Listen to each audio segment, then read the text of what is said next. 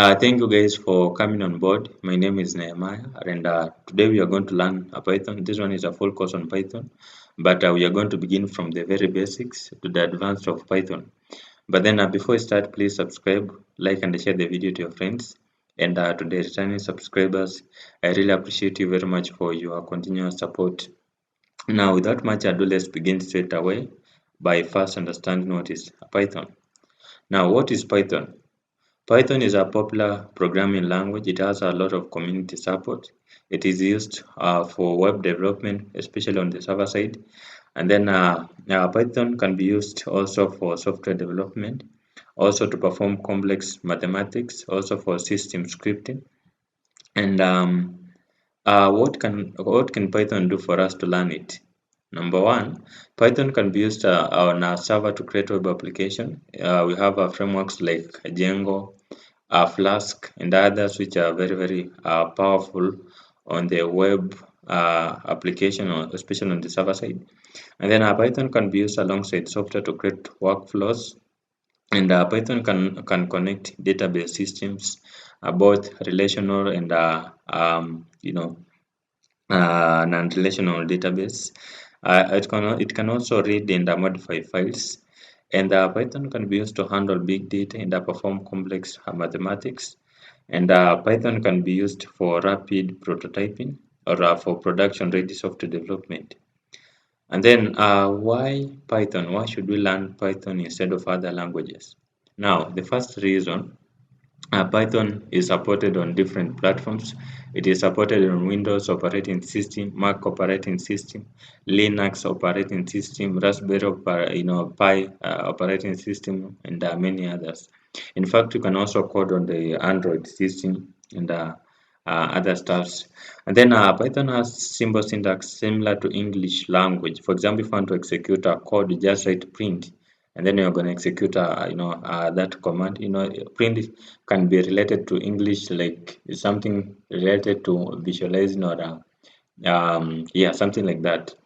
And then Python has syntax that allows developers to write programs with a fewer lines of code than compared to other programming languages where you have to write a bunch of code to execute simple stuffs.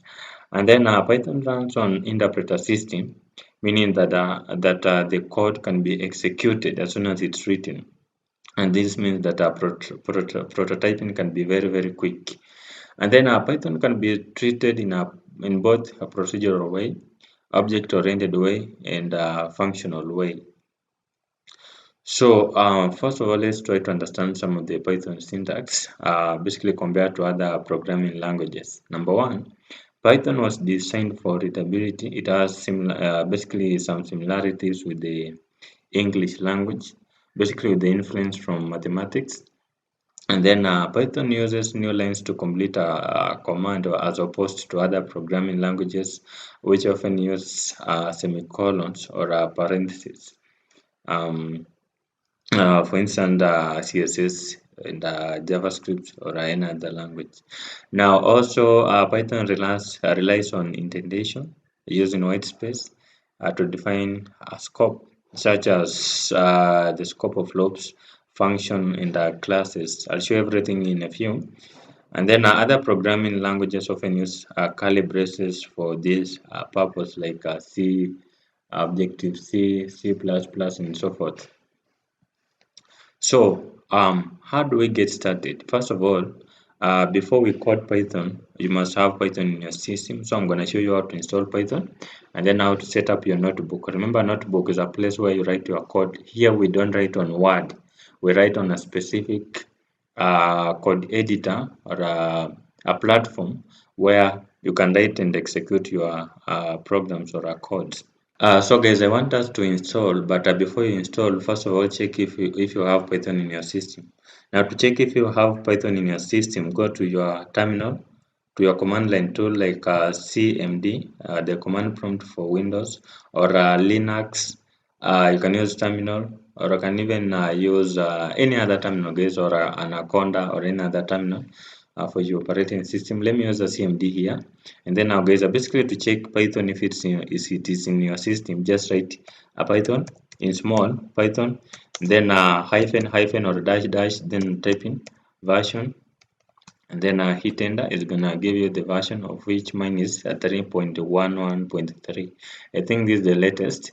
Oh guys, basically if this command fails, try type in pi, then a dash dash, and then a version. It's gonna give you the version again. Mine is still 3.11.3. Now if you don't have Python, then you have to download it. Now to download Python, just go to the Python website, which is python.org, python.org, then hit enter, and then I click on the download section, and then I here download for your operating system. Mine is Windows, but for you download for your operating system. So I guess for me I already have it. You saw I had 3.11.3, but for you just download. And the important thing is when you are installing, after you have downloaded, when you are installing, ensure that you click on all check boxes that will pop up on those windows, small windows, so that you may install the required packages, so that you may not be stuck somewhere in the near future. So guys, the other thing that we need to have here is the code editor. A code editor, as I said, is a place where we write our Python programs. We have many text editors like Notepad++, Notepad, Brackets, Dreamweaver, Sublime Text. We have Visual Studio Code. We have there are quite many, including the IDE, the Integrated Development Environment, for Python, like a PyCharm and many others. Now in this tutorial, guys, I'm going to use the Jupyter notebook from the Anaconda environment. Now the reason I always like Anaconda usually come with the packages. Like when you are writing Python programs, sometimes you might want to use external packages.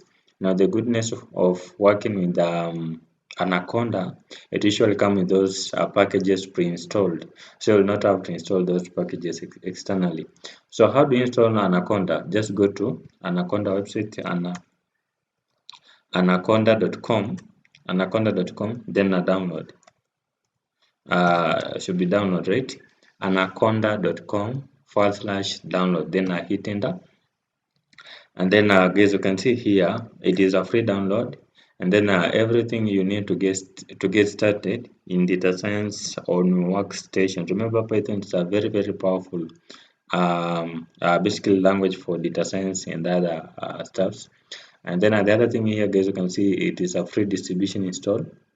And then it has thousands of packages on machine learning, data science, and artificial intelligence. Also, you can manage packages in the environments from the desktop application. You can deploy across hardware and software application.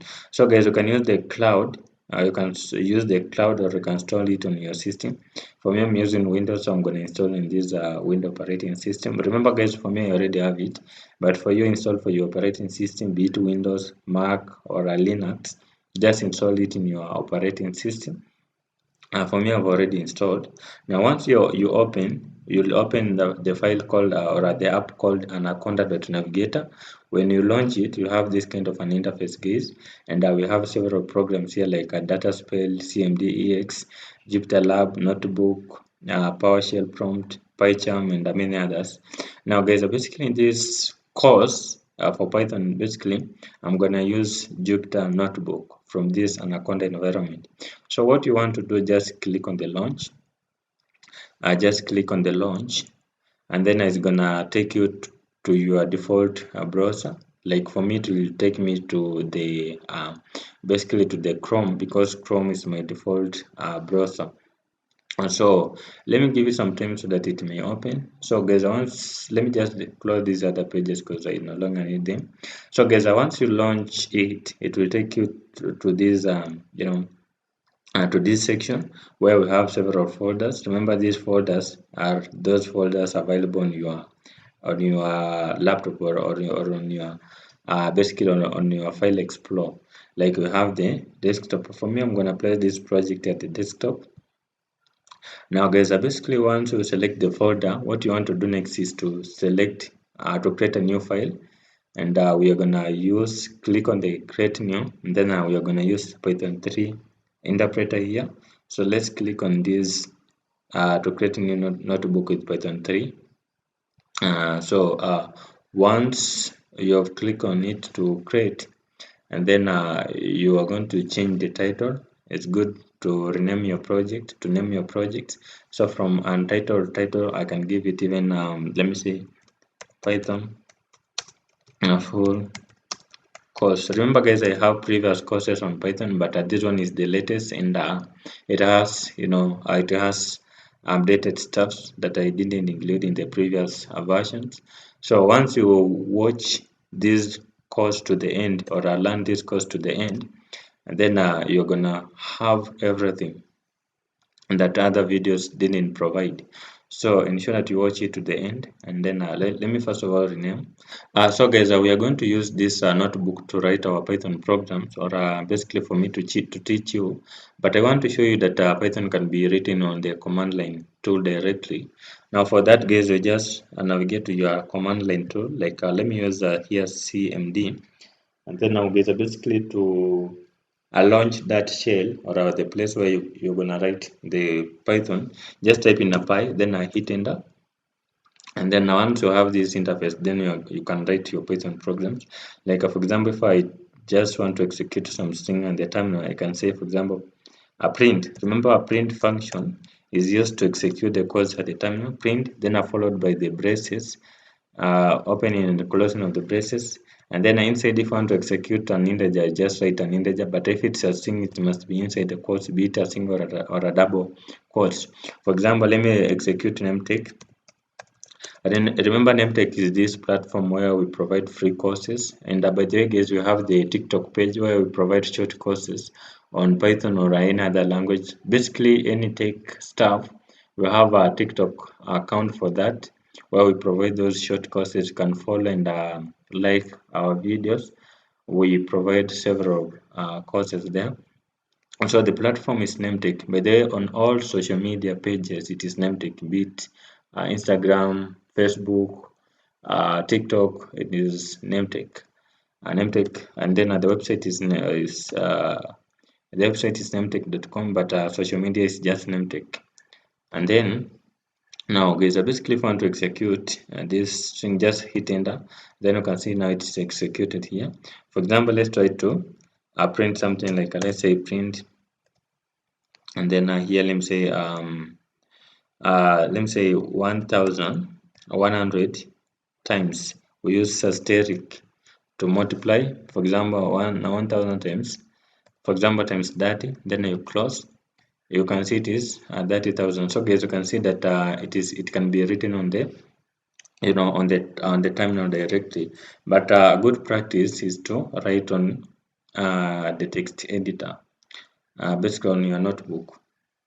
So first of all guys, I want us to understand some of the Python basic syntax.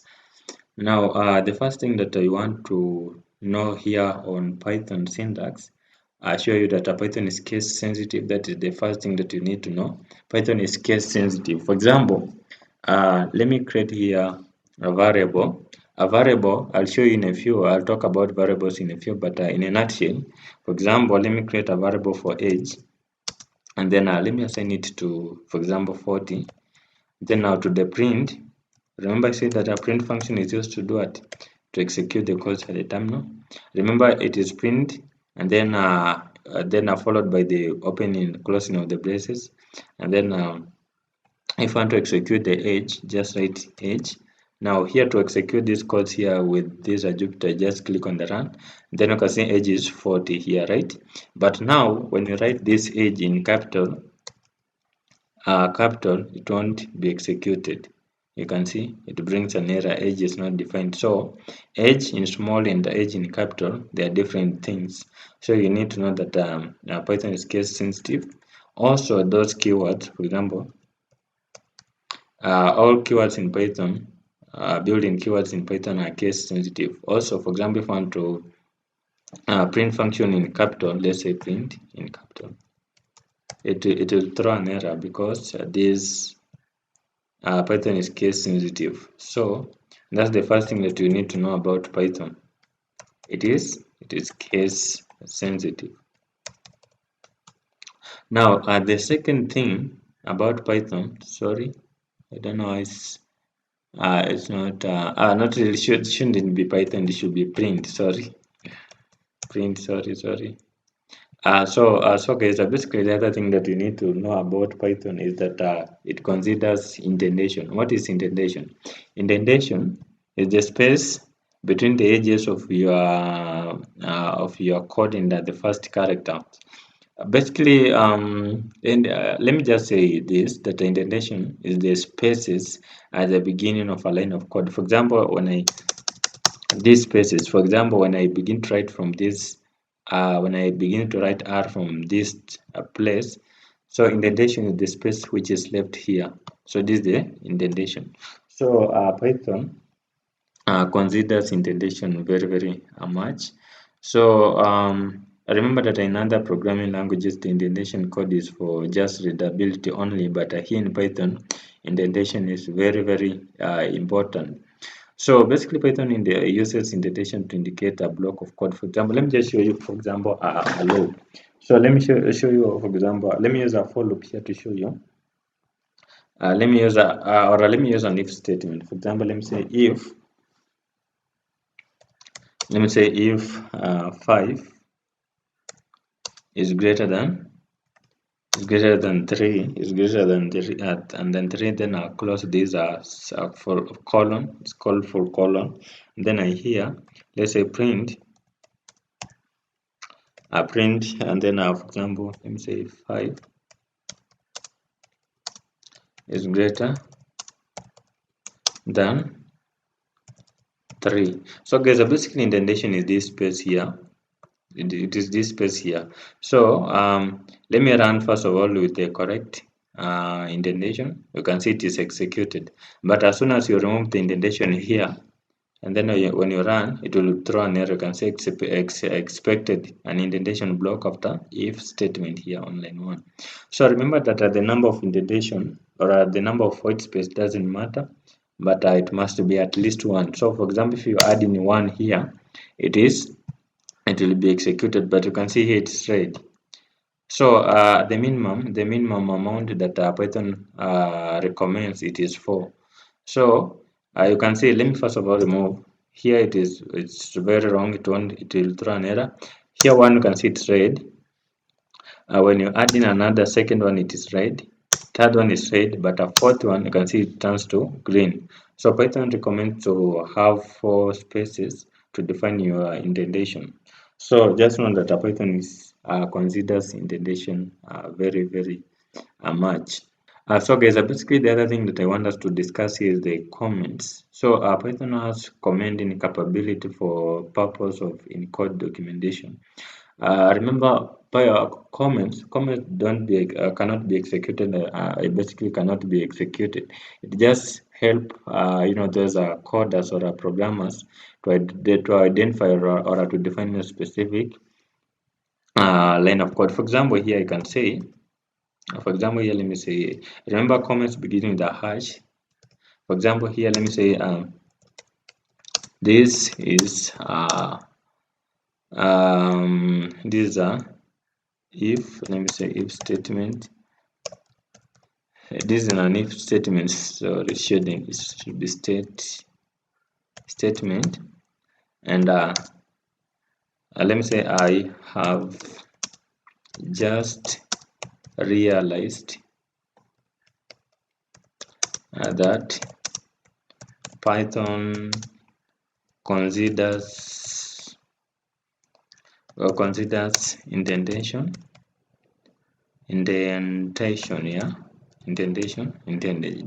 considers indentation. So guys, basically when you run these codes, for example, let me just change here to something else, and then let me say it is it won't, let me say it won't execute above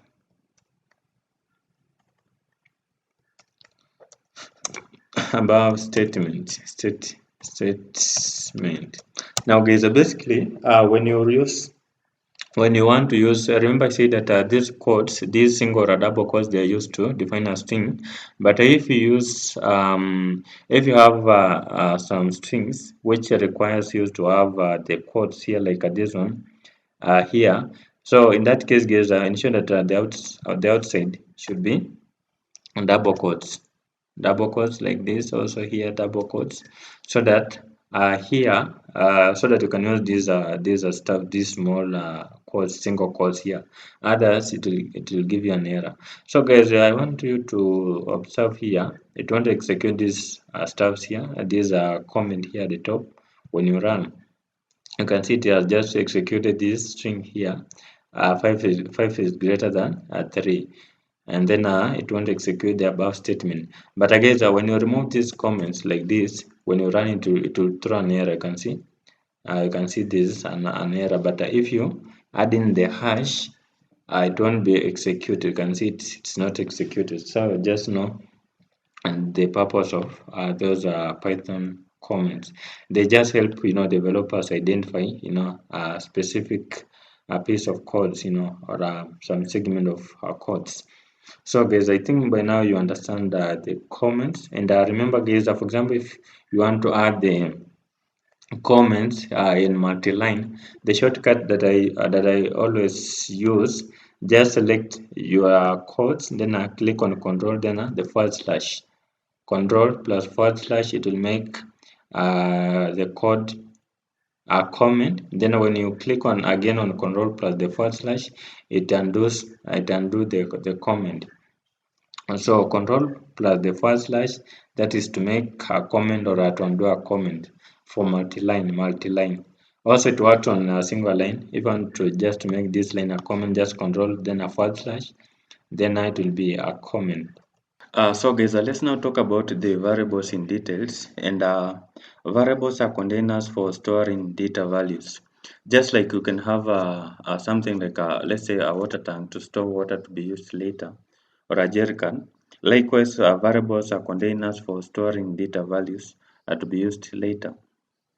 Now, basically, Python has no command for declaring a variable. A variable is created at the moment you first assign a value to it. For example, if you say, for example, the age of people, if you say age, this is not a variable. Unless you assign a value to it, like you say 50, then it will be what? It will be a variable. Or once you assign a value to it, then it will be a variable. So, to execute this code, you just say print, and then you pass in age.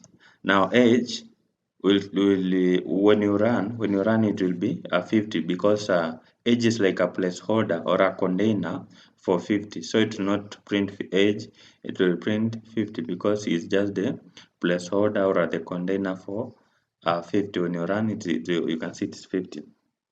So basically, this is about the of course, you can also use a string, like you can say, for example, name.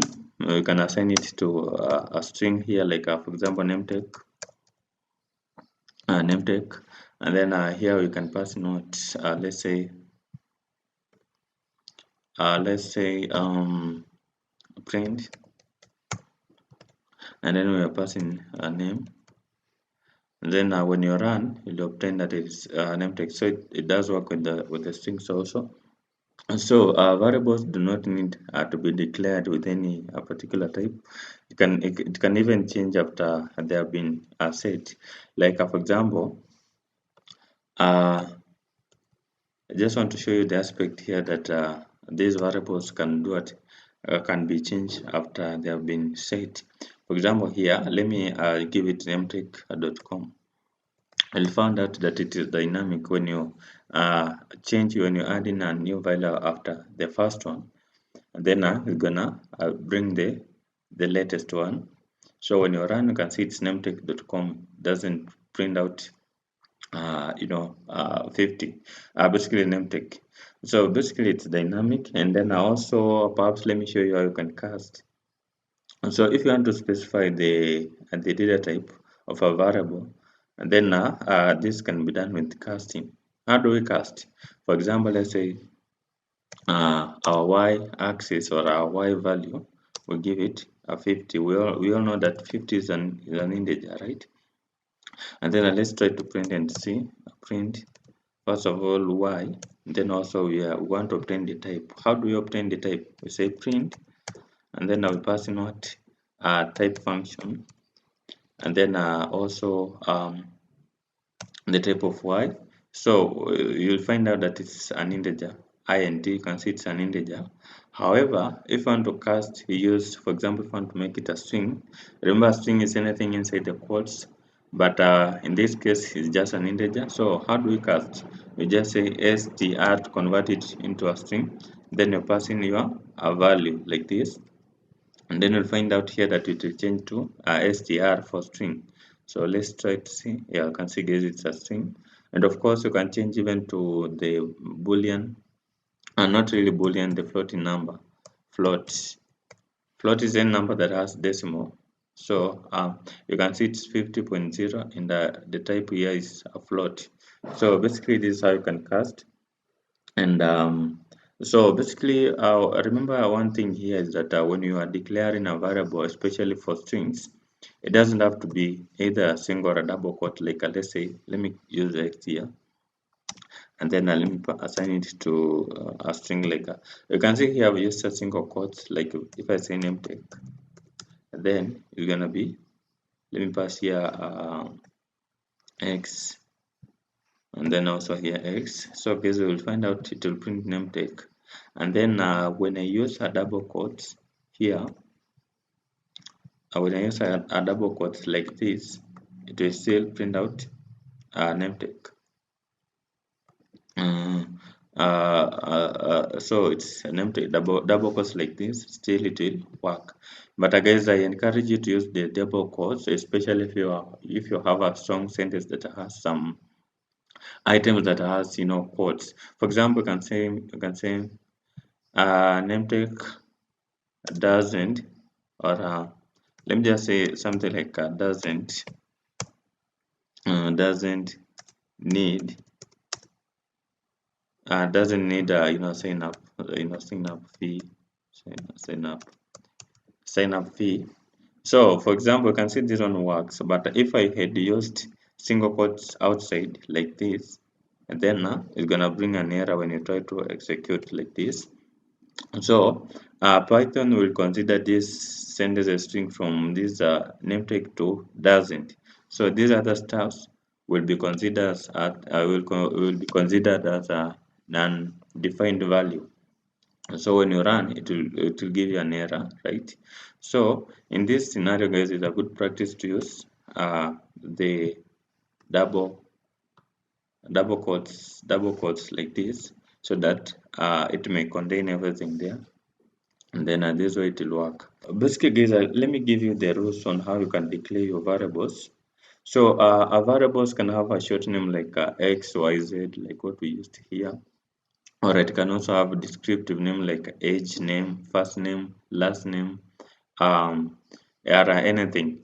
But let me give you the rules for using basically those are names, descriptive names.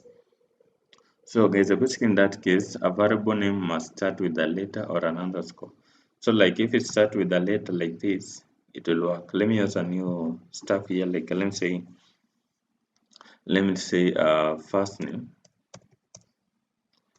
name, then I assign it to a string like let me say name. Name tag should be name tag, right? And then now let's say print, then now you're passing first name,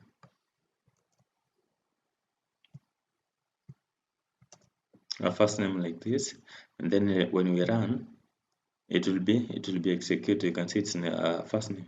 Also, it can begin with an underscore. I say that it begins with a letter or an underscore. Let's try with an underscore.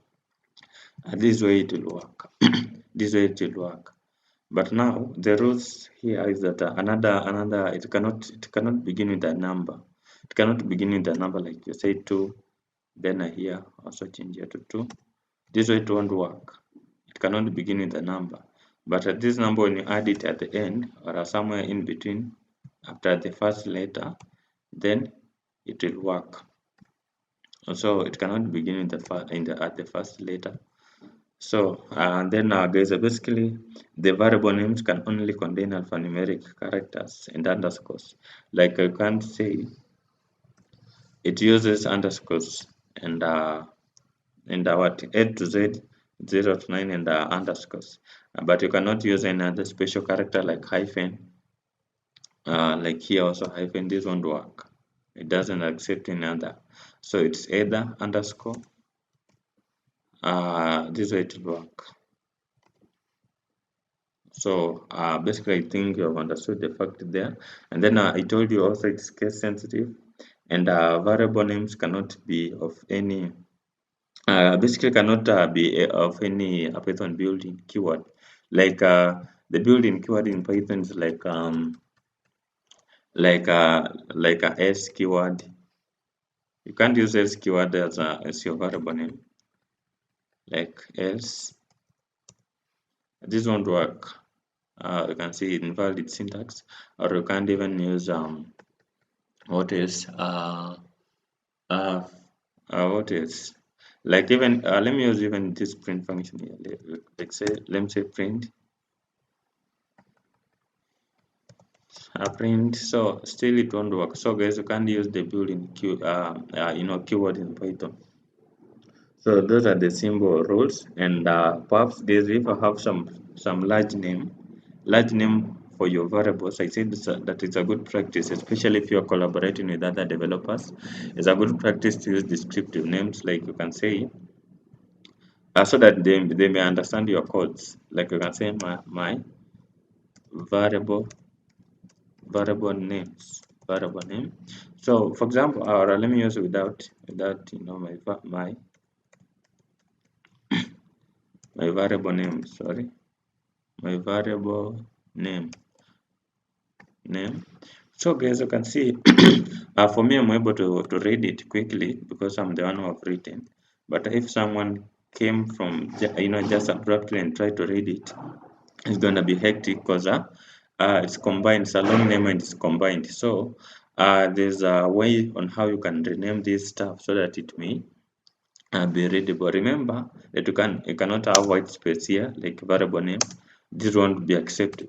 So there are other rules that you can use or other options that you can use to define your variable names. Now the first one is camel case. We also have Pascal case and a snake case. And so let me just repeat my underscore variable underscore name. It was named right?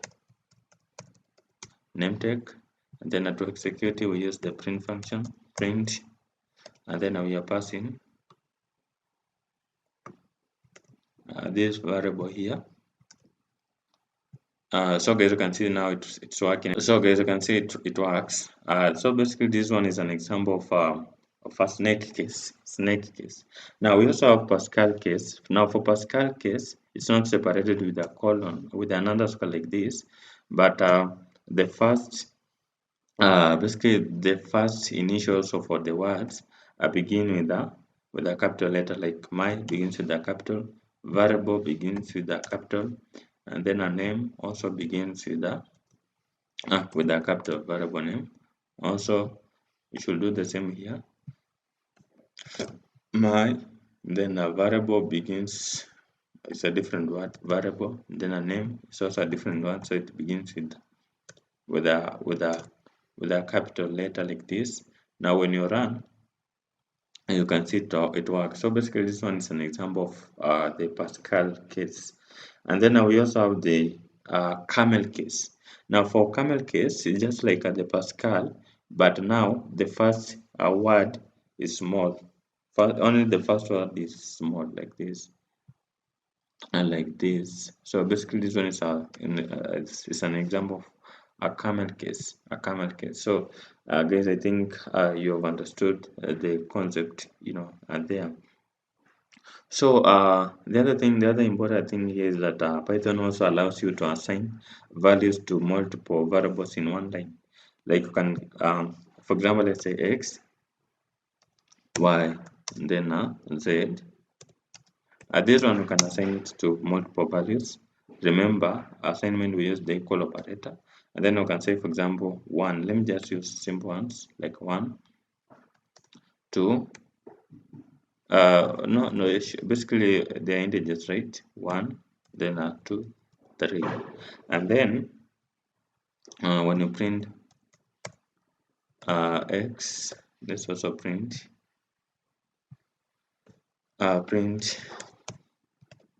y. Also, let's say print z like this, and then again you can see it has printed out 1, 2, 3. So x is for 1, y is for 2, then z is for 3. So basically you can assign several values to multiple variables in one line. And then also guys, you can assign the same value to multiple variables in one line. Like you can say, for example, x, or let me use this one. Now we use the equal operator for assignment, right? Like this.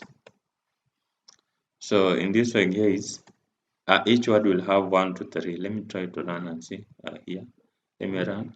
You can see it's now a tuple containing 1, 2, 3 values for each. So you can assign the same value to multiple variables in one line.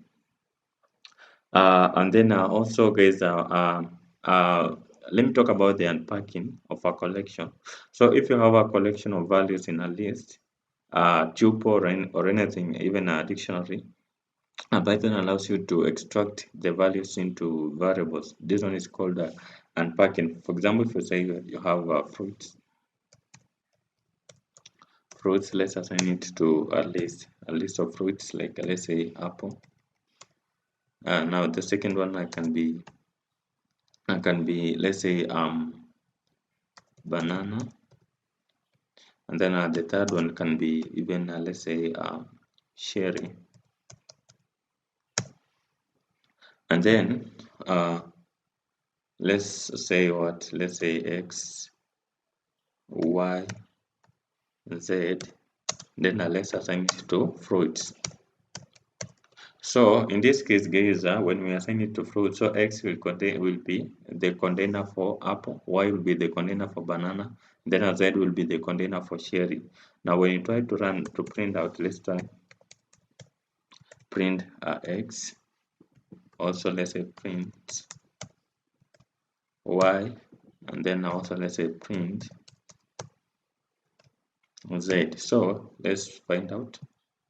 And now you can see x is a container for apple, you can see, and then y is a container for banana, you can see, and then z is a container for cherry, and then you can see. So guys, basically in a nutshell, this is all about the the variables. I want to talk about something else here, guys. Let me talk about the data types. In a few. So basically Python has built-in data types. And I remember that data types is a very, very important concept in any programming language or in the programming field. So variables can store data of different types, and different types can contain different things. So Python has some built-in, data types by default. We have several. We have the strings. Strings are like these ones, like for example, Apple or anything that has the quotes, be it a single or a double quotes. That one is an example of a string. It is shortened with str. Did I show somewhere? I don't think here. Yeah. And then we also have the numeric types, and then in the numeric type we have the integers, floating number, and the complex. An integer is any whole number, that's an integer, and then the floating number is any number that has decimal, and then the complex is a number that has some imaginary values, like for example, you can say 20j. I think in Python is j, and then for r I think it's I for imaginary values. And then we have the sequence types, like the list, tuple, range. Then at the mapping type we have the dictionary. The set types you have the set, and then a frozen set. The boolean types you have the bool. Then at the binary types you have the bytes array, a memory view, and then for none type we have the none type. Let's begin with Let's begin with what? Let's begin with the integers, right? Let me just use here a new line of code, a new cell here. Then let me assign it to perhaps, let me assign it to 5. So guys, basically this one is gonna be an integer, right? I said it's gonna be an integer. So first of all, let's print out x, and then also let's get the type. So print a type of x. So you'll find out that it's gonna be an integer int. You can see it's int, and then for example, if you use a string, like I said, a string is anything inside the quotes. By the way, before that, let me finish with the numeric types. Let me finish with the numeric type. Let me begin with the boolean, like 50.0. So basically this one is going to be a boolean because it has a decimal. So you can see it's a floating number. And then for complex is any number that has imaginary values, like 50j, like this is going to be the complex value. You can see it's a complex. And then what is for string? For string, you just anything that has the quotes, be it a single or a double quotes, like you can say name tag is gonna be str. You can see it's str now. And then we have the sequence types, like the list, tuples, and range. Let me show you. Let me show you that. For example, an example of a list. A list is defined using the these are squared brackets, and then for example, let's say 1, 2, 3, 4. When you run it, it's gonna be a list, and then again, basically for tuple, it's anything that has this rounded parentheses. It's enclosed inside the parentheses, like this. It's gonna be a tuple. You can see it's a tuple. Now we also have the range. This is how you can define a range. You say a range. You say a range, and then I pass in your values, like if it's 6, it's gonna be a range. And then what is for dictionary? For dictionary, gonna be anything that has basically a dictionary is defined with the braces, the curly braces, and it's in a key value pair. Like you can say, for example, name, that's the key, and then a value you can say, for example, Nehemiah, or a name tag. Let me just say name tag. I think I'm familiar with name tag, even compared it to my name. Then, for example, age, or let me say platform, courses, or let me just, what did I say? Let me just say, or let me just use a simple one like age. That's the key. Then a value I can say, for example, name tag is I think it's 2 years old or 1.5 years old. So when you run, it's gonna be a dictionary. You can see it's a dict.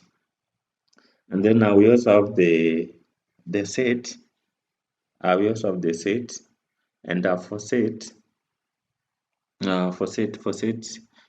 guys, it's just like the dictionary, but this one it's not in a key value pair. Like this, it is in braces, but it doesn't have the key value pair like this. So basically, this one, as you can see, it's a set now, right? Basically, boolean is a true or value, true or false value, like you can see. True. When you say true here, when you run it, will be a boolean. You can see it's a boolean. If it's false, also false. Remember, booleans contains only the true and false. Let me talk about the operators in details, and basically operators are used to perform operation on variables and values. So we have several types of operators in Python. We have the arithmetic operators, we have the assignment operators, we have the comparison operators, we have the logical operators, we have the identity operators, membership operators, byte-wise operators. Now let me show you. Let's begin with the arithmetic operators. So for arithmetic operators, let me first of all close this extra cell here. For arithmetic operators, You can say, for example, let's say x, let's assign it to some values like even, let's say, 20. Then a y, let's assign it to some values like what, like 30, right? And then for z is gonna be, for example, let's say uh, x plus y. So x, I say that x is just the container for 20, then a y is a container for 30. So it's 20 plus there 30. This is what it means here. So let's say print z. So for z is gonna x plus y is gonna be 20 plus 30, of which when you run is you can see it's 50. So basically this one is for addition. This is the operator for addition. For subtraction, we use the hyphen, the minus operator, and then you can see it is -10. And for multiplication, we use asterisk on your keyboard. It will multiply 20 plus times that, you can see it's 600. And then for division, we use the forward slash. When you run, it will be 0.6, 0.666 to whatever. Then we have also the modulars. For modulars, we use modulars we use the percentage on your keyboard. And then when you run, it will be modulars. And then now we also have the exponentiation. Now in that case, we use the two asterisks for multiplication twice. Then I can see it's exponential.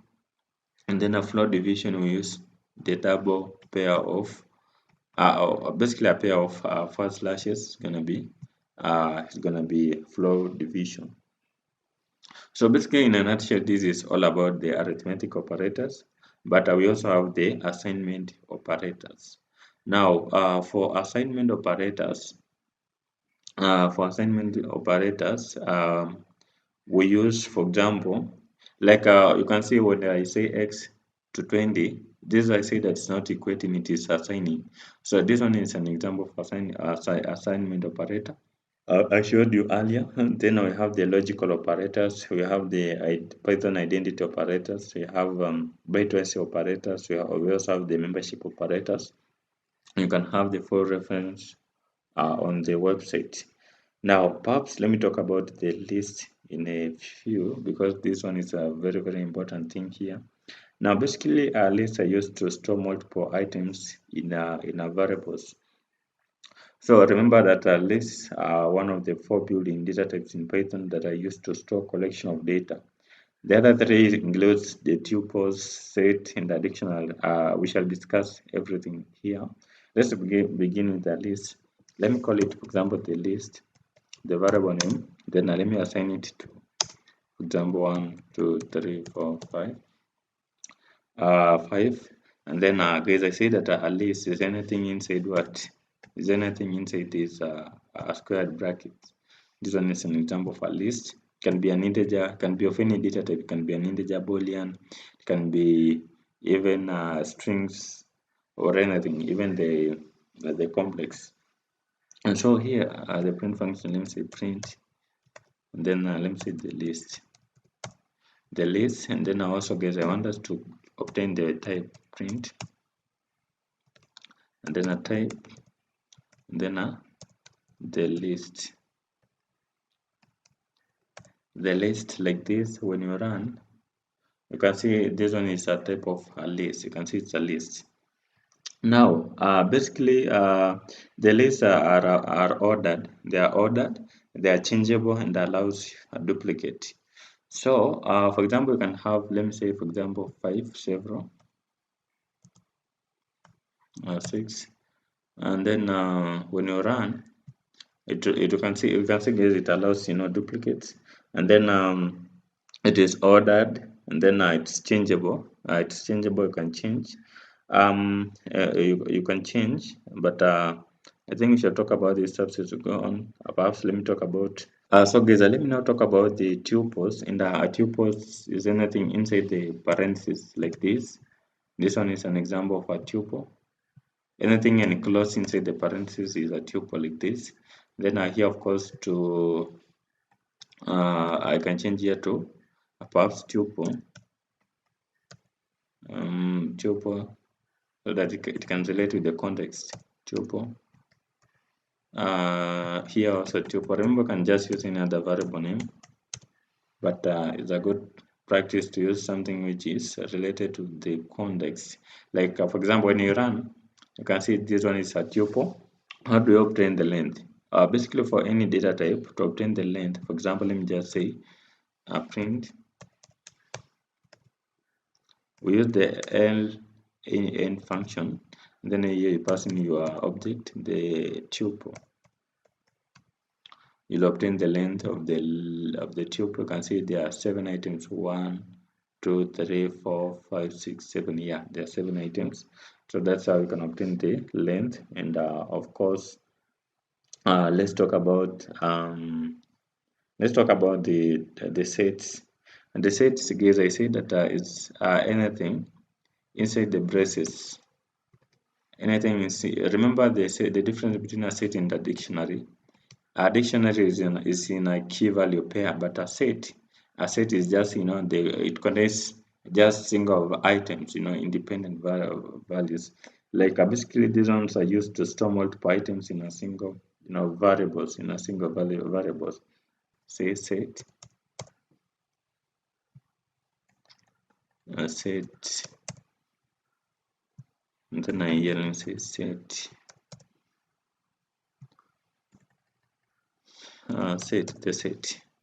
Now you'll see that these will only have 1 5. Don't have several 5s, so you can see it's just 1 5. Yeah. So guys, you can see how it does. So basically, to obtain the length, you can see just the same principle. We use the length function, then you're going to find the length. Now let me talk about the dictionary. The dictionary is in a key value pair. Like you can say name, you can assign it to, for example, name tag, and then for example, age, you can assign it to a value like 50. So basically, this one is an example of a dictionary. Not it should be dictionary. And then also here should be a dict.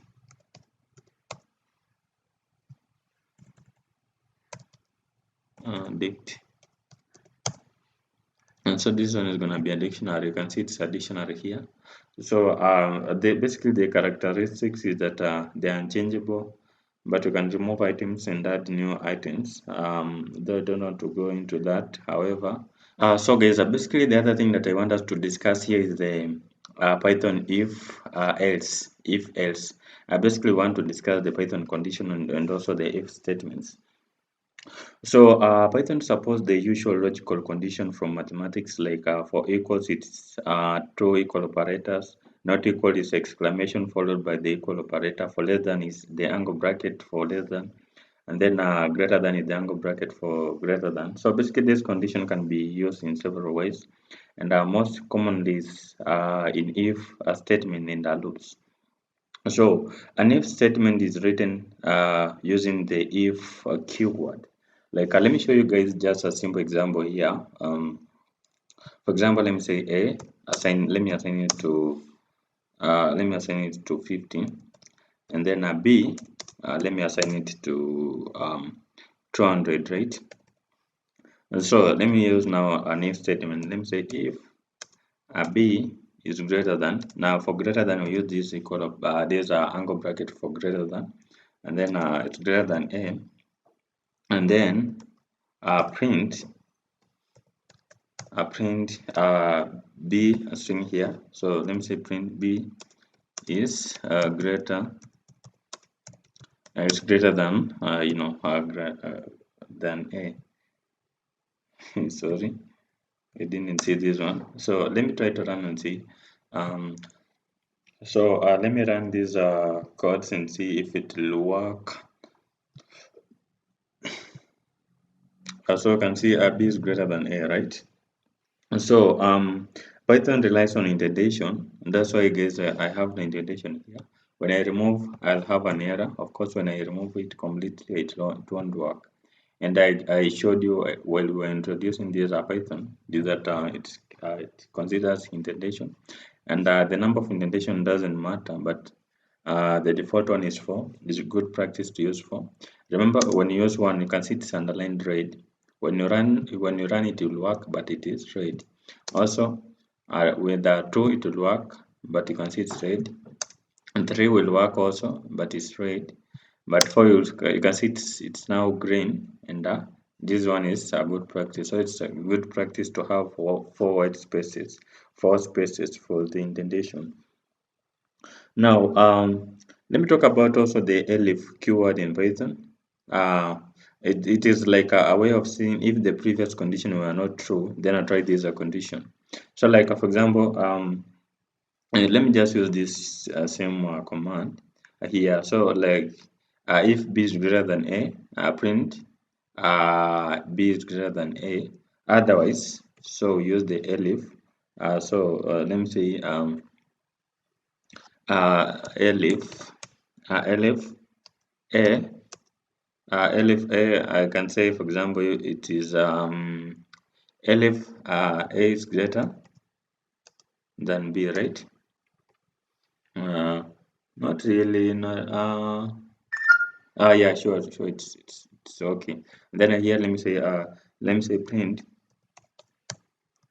print, and then let me say a is greater than b, like this. So let me try to change the logic here. Let me give it 5,000. So you can see now a is greater than b. It is true. A is greater than b. Now we also have the else. For example, this else keyword applies if the basically this one applies if the previous conditions it's not true. So basically, if the if didn't catch the logic there, and also the elif didn't catch, then the else keyword it will give you it will give you the more information about the code or whatever. So in a nutshell, the else keyword catches anything which isn't caught by the preceding conditions. So like for example, if I say 200, 200. So when I run, guys, basically this one won't work because it's neither greater than a, it's neither smaller than a. They are equals, right? So in this case, you might want to include another statement called else. Else. So I say else, and then so else, and then here I'll say what print b is equals to for example, let me say a is equal to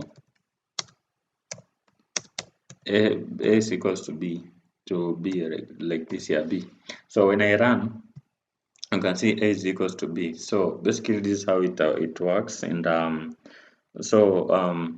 basically guys, that's how it works. And of course you can use the let me talk about the AND keyword. And this one is a logical operator, and is used to combine conditional statements. Like for example, let me just use a new line of code here. For example, let me say a should be a. A. Let me assign it to something like even 200. B. Let me assign something like 15. And then C. Let me assign something like 500, right? And then here, let me say if A is greater than B and C is greater than A, then let's say print. Not really, you must also close here with these semicolon. Then here let's say print. Print. Then here we're gonna say let's say both conditions are true, right? Both conditions are true because A is greater than B, right? And then C is greater than A. It is true. So these both conditions are true. So let's try to run and see. And so you can see the both condition are true. So basically this is how you can use the AND keyword, and basically this one is used to combine conditional statements. Now, for example, if it were what, for example, the other way around, like let me just change the operator here, so it will be false, so it won't execute anything at the terminal. You can see it doesn't execute anything. So in this case, guys, you might want to use the OR keyword. Now, for OR keyword is used to combine, also conditional statements. But this one can pick if one condition is true, it can display something.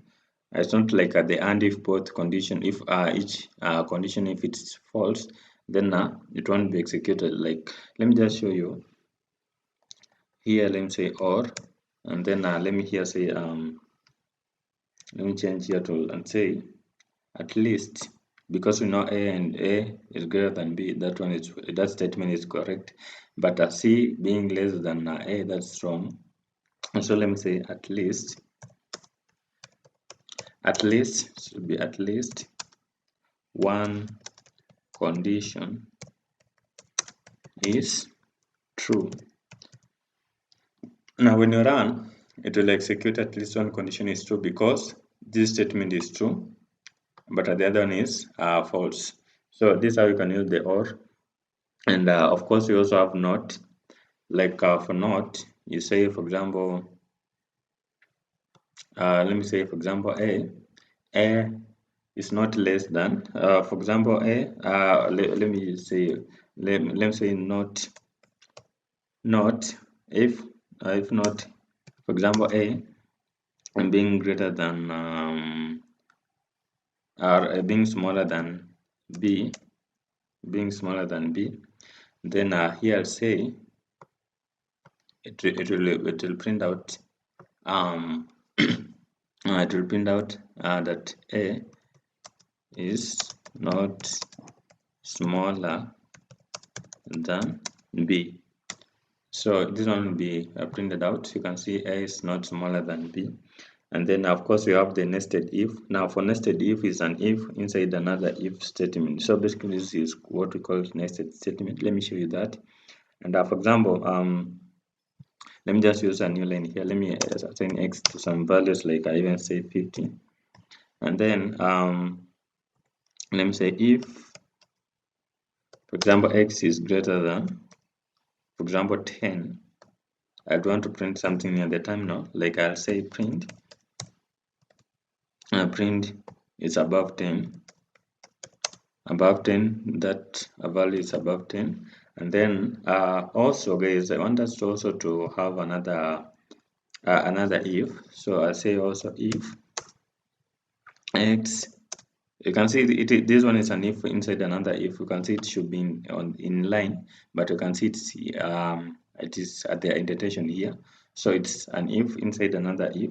And then here, for example, if I say it's greater than, for example, if it's greater than 20, it's greater than 20, then I'd want to print out what? I'd want to print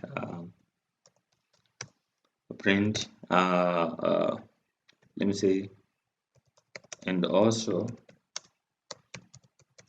greater than what? Greater than 20, and greater than 20. Otherwise, so I'll use the else keyword here. So let me say else print but should be a string, right? But not above what? Above 20, right? If those are conditional, will not work. So what I do, guys, let me just try to run and see if it work. So guys, you can see now this now an if inside another if. You can see it works. So this is what we call nested if. Let me try to change here and give it, for example, 10. 10, you can see for 10, let me use 11, right? Let me use 11, and then you can see it's above 10, but not above 20. You can see not above 20. So basically guys, this is how you can do that. And let me talk about the loops, right? Let me talk about the Python loops. And of course, we have two primitive loop commands. We have the while loops, and then we also have the for loops. Let's begin with the while loops. Now, the while loops, now guys, basically with the while loop, we can execute a set of statements as long as the condition is true. Like, for example, and let me say, for example, let me use just I. Let me assign it to 1 because I want to increment it. So let me use while I is less than 6. I is less than 6. I say print what print I print what I, but I want it to have an increment of 1. So it will be 1 all the way to 6. So I want it to have an increment of 1. So it will be I. Increment we use plus and then an equal sign operator. So this one shows an increment. If it were minus, a decrement. So when I run, let me try to run and see. You can see it is from 1 to 5. I remember 6 doesn't work here. It doesn't because you can see the condition is less than. So 6 can't be less than 6. 6 can't be less than itself. So it is either 5 and below. That's why it reached 5. So, but I guess I remember always to increment the I. Otherwise, the loop will continue forever, and guys, it will be hectic if you don't do it, if you don't increment, if you don't remember to increment. So also let me talk about the break statement, and guys, basically you can stop the loop even if the while condition is true. So how do we do that? Basically to do that, we have to use the break statement. So like here I can say, for example, print I. After this one, I'll add in another if. Let me say if I, for example, being equals to something like a 3, equal to something like a 3, then I'll break the loop. So let me say break. I say break, and then so when it will reach a 3, then it will break. It will not go to 4 and 5. Let me run and see. Guys, you can see it's true. So basically this is how you can break the conditions. And then of course we can have also the continuous statement. Now guys, with the continuous statement we can stop the current iteration and continue with the next. Like in this case guys, I can just say, for example, and then here I can say, for example, let me remove these codes so that I may not confusing. Then here let me say let me increment sorry, let me increment I, and then here let me say if I, for example, equals to some values like let me say use 3 this time again. Then let me say continue. Let me say continue, and then here I say print print I. So guys, basically you can see here it I don't know. Oh, here it should be I. It should be I, not 1. I don't know why I'm confused. Let me try to run, and then you can see it is it can see, you can see now it has given us the values. It has continued. So so with the if, you can continue to the other statement, and then of course guys, you can also have the else statement. With the else statement, we can run a block of code once the condition is no longer basically is no longer true. Like for example, if we say let me just use a new line of code so that you may understand something here. Let me just use the same things, or perhaps let me use let me give it I1, and then let me say y I perhaps is greater than, let me use 6 again still, but you can use anything. For example, I 6, and then here I'll say what let me say print if while I is less than 6, I'll say what? I'll say print I, and then of course we must increment, otherwise the loop will continue forever. So let me say I, let's increment by 1, so increment by 1, and then otherwise, so let me use now the else, and then let me say print for example I is a string, right? I is no longer less than 6, less than 6. So let me try to run and see. So you can see when it reaches 5, it is no longer than 6, because 6 can be less than itself. 6 can be less than 6. So you can as well use the else keyword in these while loops. Now let me talk about the other loop, which is called the for loop. And of course, it's very important to understand this concept because it's used in almost every scenarios. Now guys, basically for loop is used for iterating over a sequence. Basically that is greater than that's either a list, perhaps it can be a tuple, it can be a dictionary, it can be a set, it can be a string.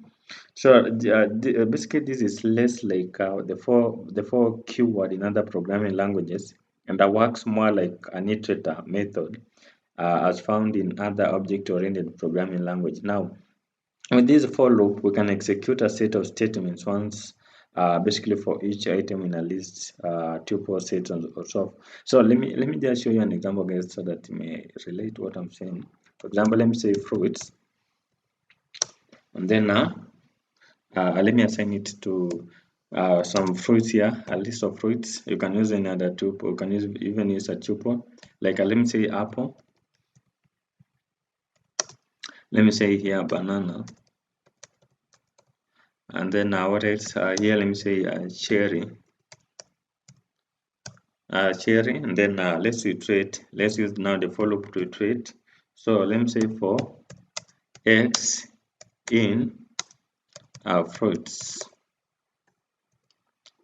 For x in fruits, let's say print print x, and then let's try to run and see. So as you can see, we have iterated those loops. Now, basically, the for loop does not require an indexing variable to set beforehand. Now, let me show you, for example, how you can iterate a string. Now, for a string, you just say, for example, let me just remove this stuff, and then let's say, for example, for x in, for example, let me just use name take, right? I want you guys to be familiar with this platform. Nametech. It is Nehmdech. Nametech. So this one is not a string, right? Because it doesn't have the quotes. It should have the quotes to be a string. So let me try to run and see. You can see it has iterated this Nametech. It's now Nehmdech. Now, how can you break the for loop? Basically the for. Now guys, basically the break statement, you can stop the loop before it has looped through all the statements. Like for example,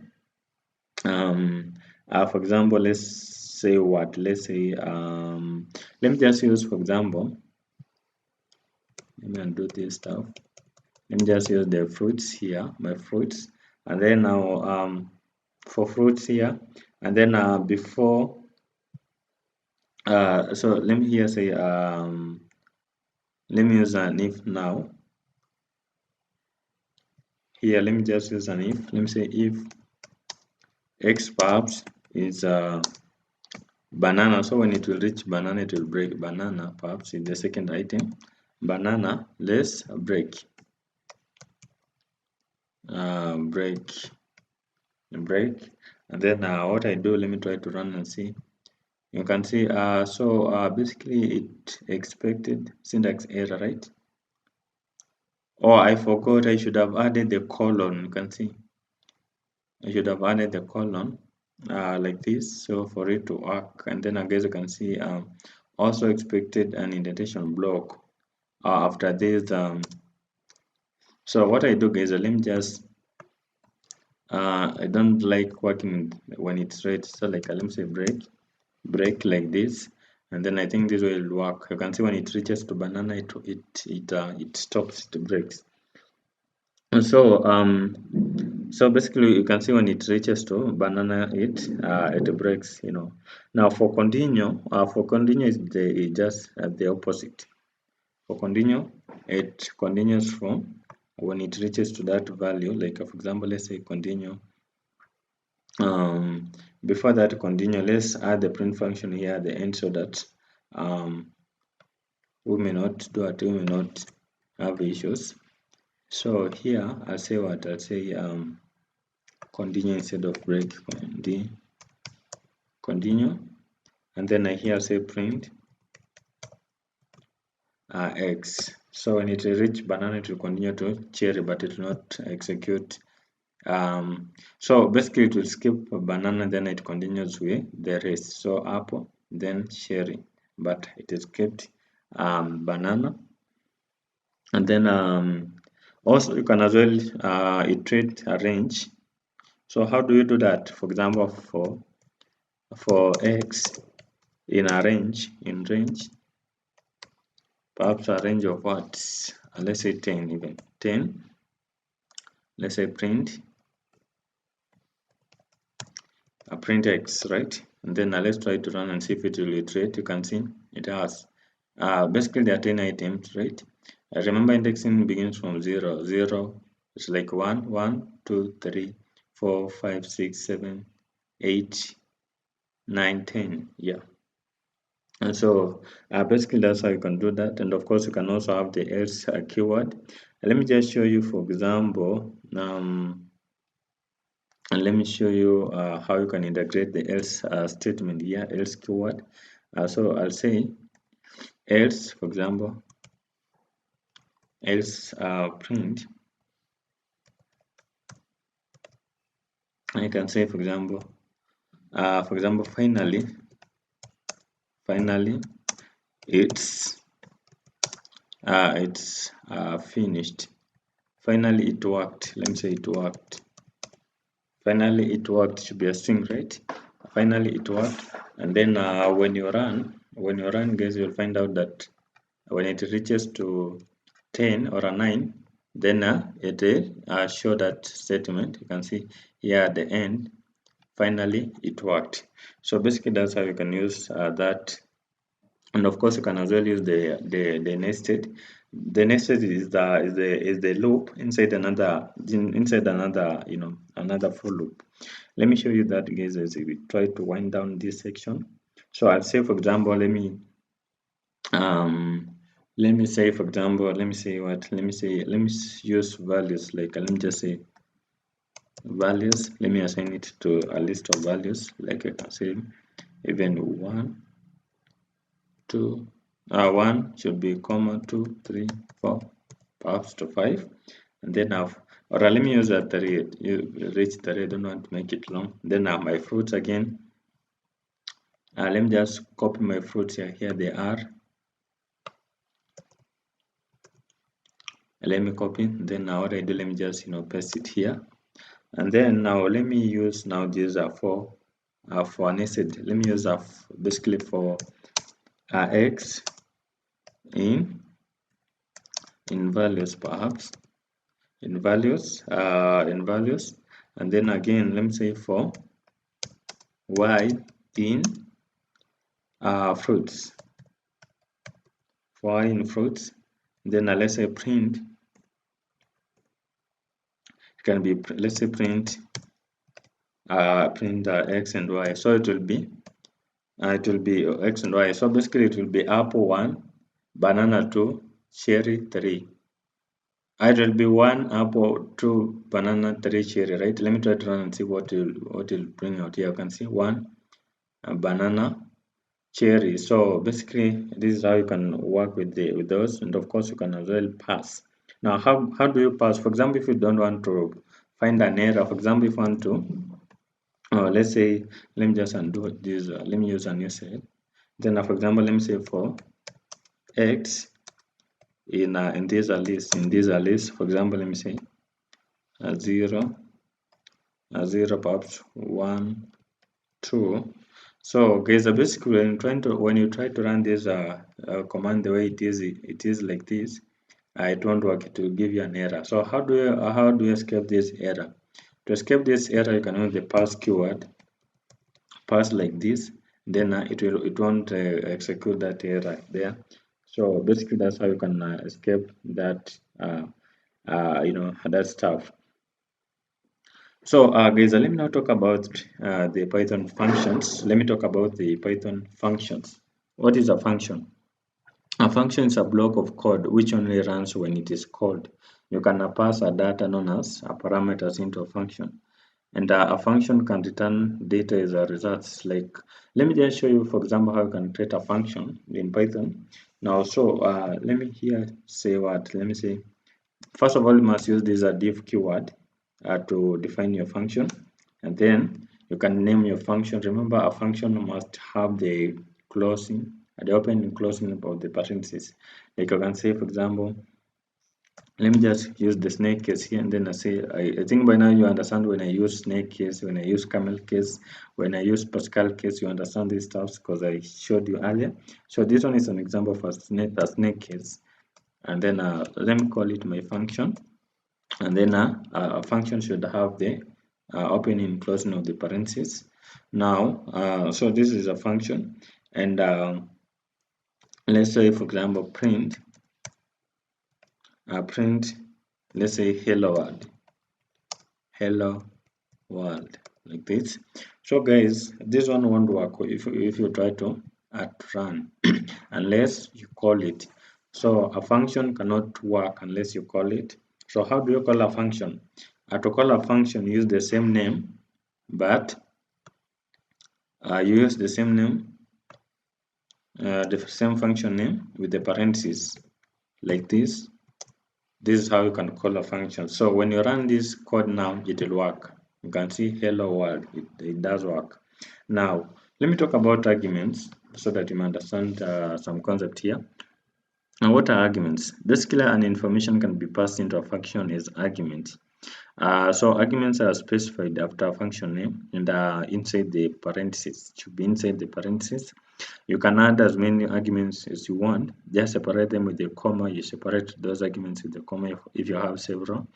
And then perhaps let me show you an example that you can relate. So for example, let me say here, let me say let's define our function. And then again, let me use my function. I should have used this camel case the same, but of course, let me just say my function, and then now let's pass in the first argument, perhaps fname, fname, and then here I'll say what print. Now let's print first of all, fname is our variable. Should be fname, and then we want to concatenate with the with this string, perhaps workesa. Let's say you have your children and you want to name your children after your name. So so here the print function will say, for example, basically when you call a function, you can pass some arguments like, for example, let's say my underscore function must call it function, and then inside these parentheses, you can add in, for example, Nehemiah. Your first son is Nehemiah Wekesa. It will print out Nehemiah Wekesa. Let's have at least 3 items here. And then, for example, here I'll change it to John. Then here let me use a daughter, right? Let me use someone like Mercy. And then when I run, it will be Nehemiah Wekesa, John Wekesa, Mercy Wekesa. And then I guess you can see it doesn't have the spaces here. It is combined because we didn't include the white space here. We should have included the white space for it to work, to have some spaces. You can see yeah. So guys, the number of spaces you increase here, the number of spaces will be increased there. So basically, guys, this is how you can use the arguments. Now, so basically, let me talk about the parameters, and the term parameter and argument can be used for the same thing because it is information that are passed into a function. Now, from a function perspective, we can say a parameter is a variable listed inside the parentheses, basically in the function definition, and then an argument is the value that is sent to the function when it is called. So let me just tell you. So for example, guys, this one here is is a parameter. This one which is inside the function when it is defined, and then here at the bottom, these ones when it is at the call, when you are calling a function, then this one will be called the argument. So the first one, this first one will be the parameter, and then at the second one here, when you're calling is what we call what the argument. So arguments is the value that is sent to the function when it is called, and then at the parameter is the parameter is the what is the variable listed inside the parentheses in the function definition. So parentheses not parameter is like a variable, then the argument, this is just the values which is set on the when you're calling a function. I think you understand now. So let me show you another example here, guys. Let me just show you another example, or let me just use this one.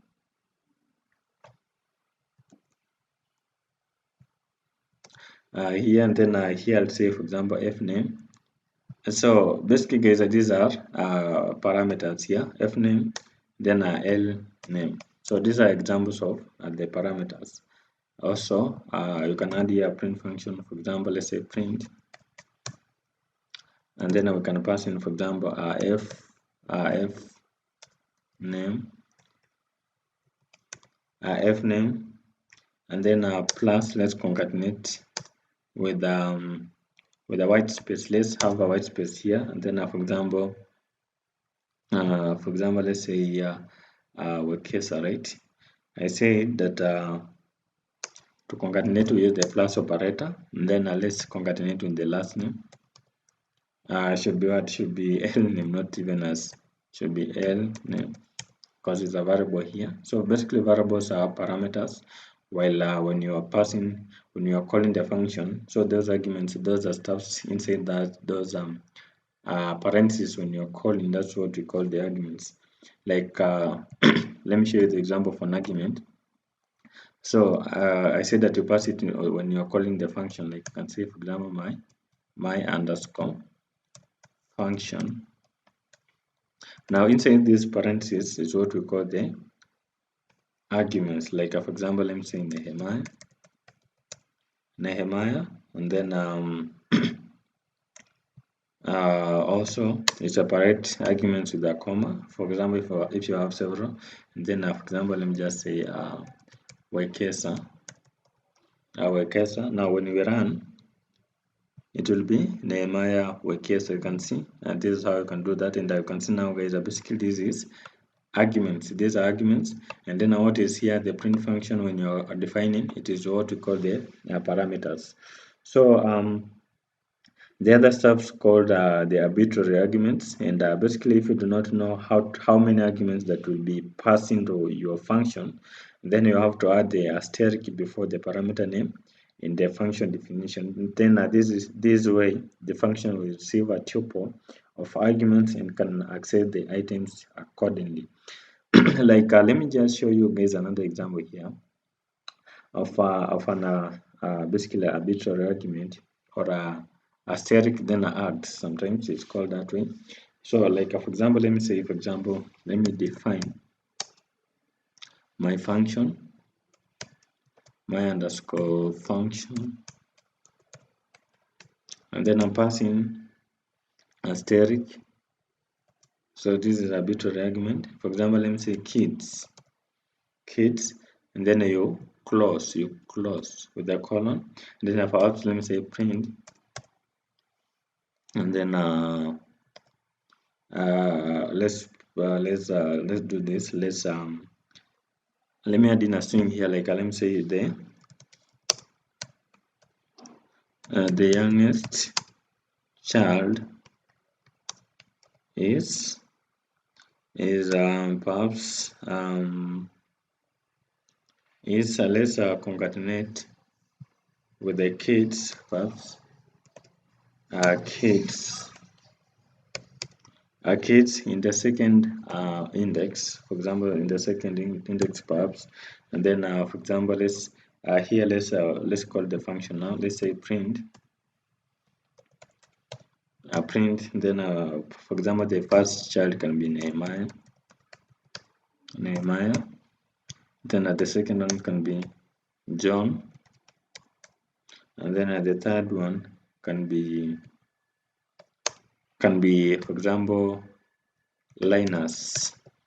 And then when I try to run, let's try to see, and then you can see not really guys, here I should have called it not printing, so I should have said print, not really print, should be my function, because we are calling the function my underscore function. We are calling the function, so it will be the youngest child is it is you know, should be Linux. Remember, indexing begins from 0. So 0 is like 1 is like 2 is like, for example, if I say 0, it will be Nehemiah Wekesa. 0, it will be Nehemiah. So the youngest child is Nehemiah. So basically this is about the arbitrary arguments, which are shortened with these asterisk, then args like this. So basically this one is an example of arbitrary argument.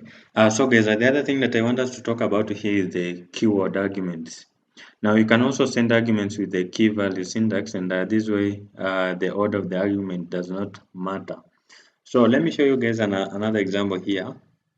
Let me delete this stuff here, and then let's define our function. Perhaps let me just use this one. Let me copy this line of code like this. Then let me paste it here, and of course here I might change some things here and there. Let me remove these kids, and then perhaps let me call it perhaps child 1 comma child 2 perhaps, then child 3 like this, and then let's say print you know, basically let me say perhaps the youngest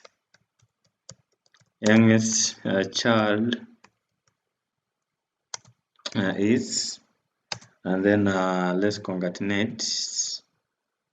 We concatenate with the plus operator here, and then let's say child perhaps 3, child 3, child what? Child 3 like this, and then let's call now the function. So to call, we use the same function name definition that we used. Of course, it should be in line with the div keyword.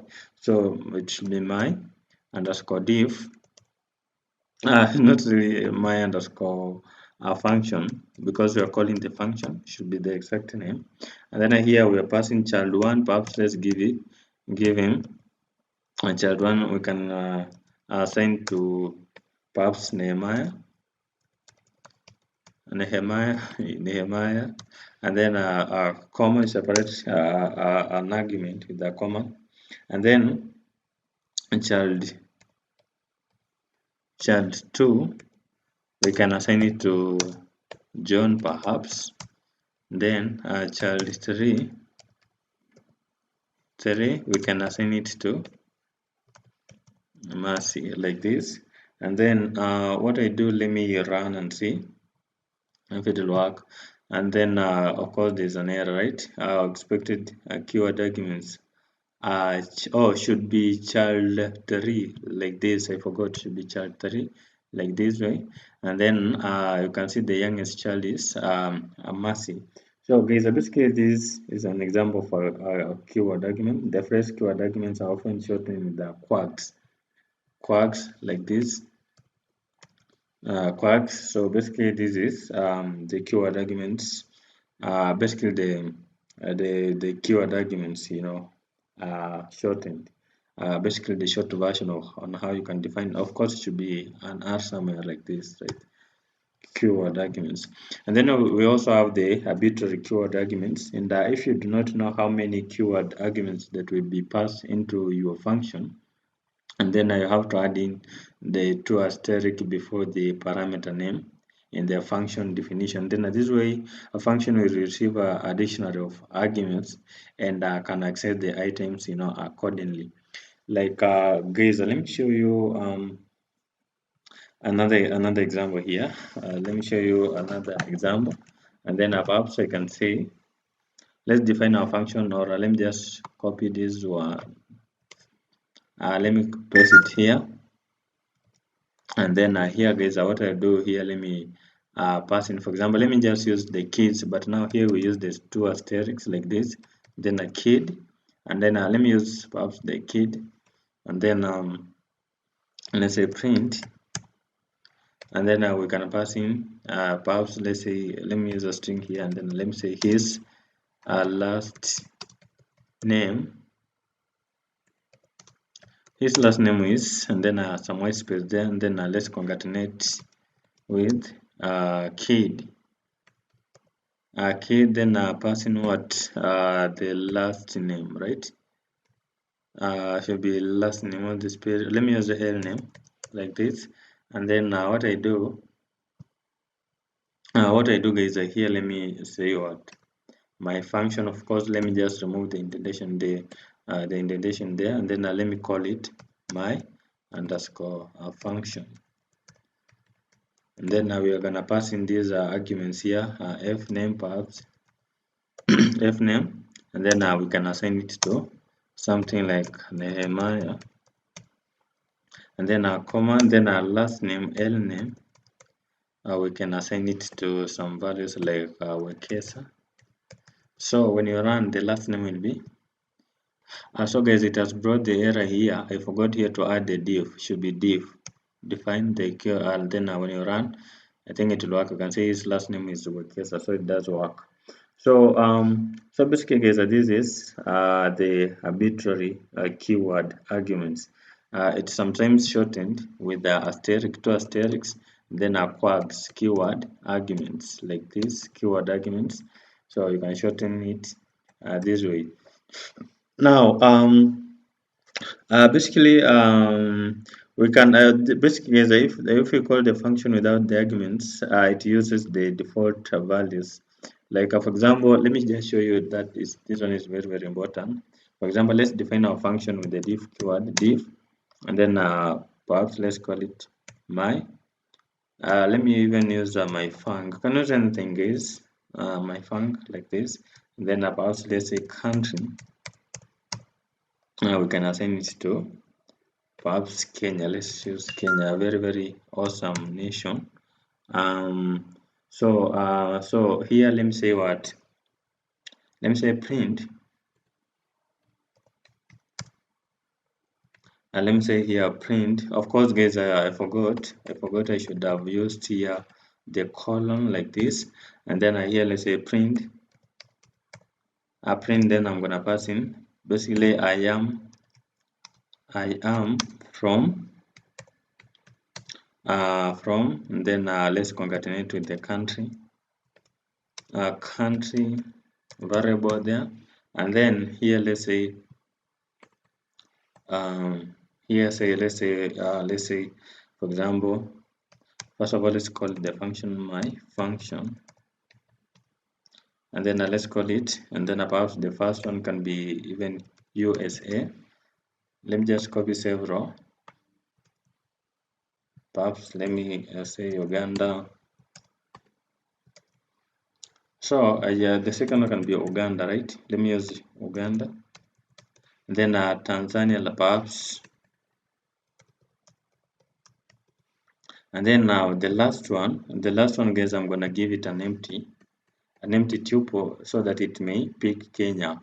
So when I run, so guys, basically guys, I remember the function here, it is my func, not my function. I think this is the error. I forgot my func. So ensure that you call with the same function name for it to work. Here also let me use my func like this. Then when you run, I think it will still the my func is not defined. Oh, guys, sure. Let me do this. Let me just copy. Then let me use because I think I'll correct to the end. Let me just uh, use it here. Let's call it. Then let's try to run. And then I can see I'm from USA, I'm from Uganda, I'm from Tanzania. And then the last one we didn't pick, we didn't select. That's why it picked, it picked, Kenya. So if you call a function without an argument, it uses the default value. So guys, the other thing that I want us to talk about here is the Python Lambda. And a Lambda is a function, it's a small anonymous function. Basically, this is a function that can take any number of arguments, but can only have one expression. Let me show you an example, guys. For example, let me do this. First of all, let me say, for example, let me create a variable. First of all, let me create a new cell here, and then what I do, let me say x, and then assign it to a lambda, and then perhaps let me say a to a perhaps plus plus 10 like this. Then here let's say print, x perhaps plus not really, should be into 5 into 5. So basically this one will add this one will add 10 to argument a. It will add 10 to argument a, and then it will return the results. Let me try to run and see if it is true. Then I guess you can see it is, and 10 plus these are 5, and then I will get 15. So basically, guys, this is how you can do that. And of course, once again, they say that a lambda is a small anonymous function, and it is a function that can take any number of arguments, but can only have one expression. So lambda argument and then into expression. Not really separated with the comma then expression like what we did here. So this one is a lambda argument, and then this is the expression here. This is the expression. And so lambda function can take any number of arguments, like it can be, let me try to change to modify here. So it can have several arguments, like even this, let's say a and b, and then here perhaps let's multiply a, multiply by b, and then here let's pass in. Now we have two what, now we have two lambda arguments a and b. Now for the expression, now we have to give it two values, right? We have to give it perhaps, let's say this is 5 and 6 perhaps. So it will be 5 times 6, it will be 30. So you can see it is 30. So basically we can as well summarize an argument, like I can say, for example, we can summarize. Let me just show you how you can do that, how you can summarize, for example, a and b, basically in C perhaps, and then basically this is the argument, then this is the expression. Perhaps I can even do the addition, like let's say plus, and then C, and then here you can say even C to be 2. Then when you run, you'll get the result. So it's addition of these stuffs. And so guys, why should we use a lambda function? Now basically the power of lambda is better shown when you use them as an anonymous function inside another function. So say you have a function definition that takes one argument, and that argument will be multiplied basically with a known number. So in that case, guys, you have to do this. Now let me show you that example here. Let's define a function. Let's say div, and then let me call it my func, and then let me pass in any event as a parameter, and then Here let's return. What's the spelling for return? Here it is. Return lambda, and then this is the expression a. Basically, this is the argument, and then the expression can be a multiply by n. Is it n? Yeah, n, and then perhaps let's have it something like my doubler, right? My doubler, so that it may double twice. So for my doubler, you can see my doubler, is this the spelling for my doubler? Not really, but just a variable name. So it's gonna be my function. Let's call it my function, my func, like this, because we are calling that function, and then we can pass in 2 so that it may be the doubler, and then here so let's say print, and then we are passing my doubler like this, and then passing what perhaps 11 so that it may be 22. I think the spelling is okay, right? So let me try to run and see. So you can see it is 22 for the doubler. You can also have the tripler. It will be 33.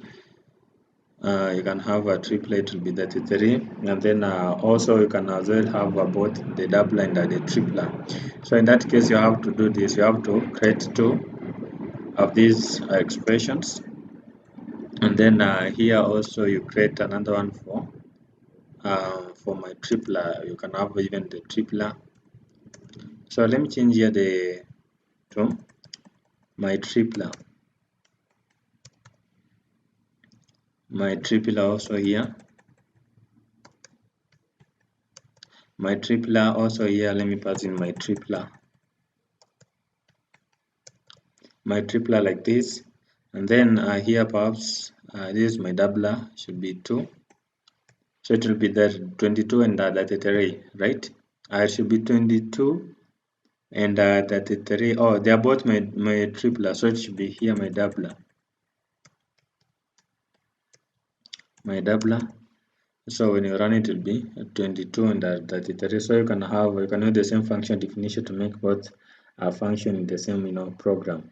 So basically, guys, this is all about the Lambda. Now let me talk about the Python arrays. So basically, Python does not have a built-in support for arrays, but we can use lists as arrays instead. So but remember that. Basically, I'm going to show you how to use lists as arrays. However, to work with the arrays in Python, then we have to use or to import the library called NumPy. And I think I've provided a course. I have a full course on NumPy on this channel, and that course is very, very important, especially if you want to focus on data science, machine learning, or artificial intelligence. So ensure that you have a good understanding of NumPy. After this course, just get to another course of NumPy to learn more about the arrays. But in a nutshell, let me talk about these arrays as a list in Python. So basically, arrays are used to store multiple values in one single variable. So let me show you how you can create an array, and I'm just using the Python list. I can say perhaps let me call it cars. I can assign it to a list of cars, so it's going to be an array. And then I remember I said that arrays are used to store multiple values in one single variable. For example, let's say Ford can be the first car, then Volvo, perhaps, then Mercedes-Benz, perhaps, or let me just use BMW, a shorter name. And then so guys, you can see this one is a variable is cars, and then it has stored multiple values here. Like you can see, you have several type of cars: Ford, Volvo, BMW. You can also add Toyota, you can add in Audi, and many other. So basically, this one is an example of an array. Now let's understand now what is an array. An array is a special variable which can hold more than one value at a time. Like in this case, it holds several values, car values here, and then you can have a list of items, basically a list of perhaps car names, for example, like what we did here, storing the cars in single variables. You can this the same as guys They're the same as, let me use a new, first of all, let me execute, let me say print cars, and then I guess also let's have let's say for example car1, perhaps let's call it Ford, or car2, you can call it Volvo, and then car3, you can call it BMW. So guys, you can find out that this is kind of long things. For example, if you have a numerous number of cars, if you have a large number of cars, now to do this is gonna be hectic, like defining car 1, car 2, car 2, car 3 to car infinity. It's gonna be hectic. So it's a good practice to use the arrays, because arrays is just a single variable, but it stores all the values. So in that case, in this case, guys, you have to say, for example, if you want to execute everything, you have to pass in car1, car2,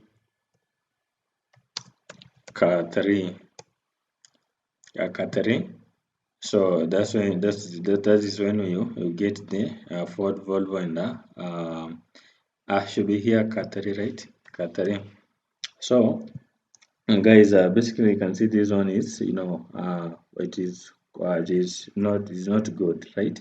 Because for example, if you have a large number of cars, like if you have three different 300 or 100 different types of cars, it will be hectic for you to say car 1, car 2 all the way to car 100. So the solution is to have an array, to use an array, because an array is a one variable, but it holds all other many other values.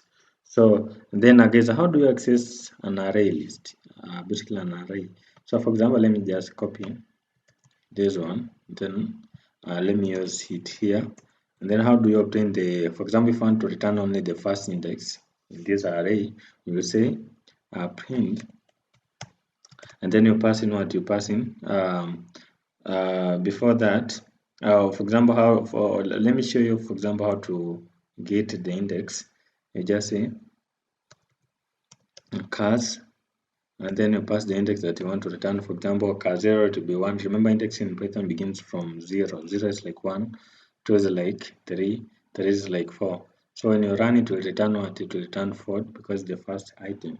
Now, how do you modify the value of the first array? To modify, guys, for example, if you want to change this Ford to Toyota, what you do, you just say cars, and then cars, and then for example, target is index, for example, 0, 0, I said it's like 1, and then I'll give it a new value, like even if you say, let me give it Toyota, right?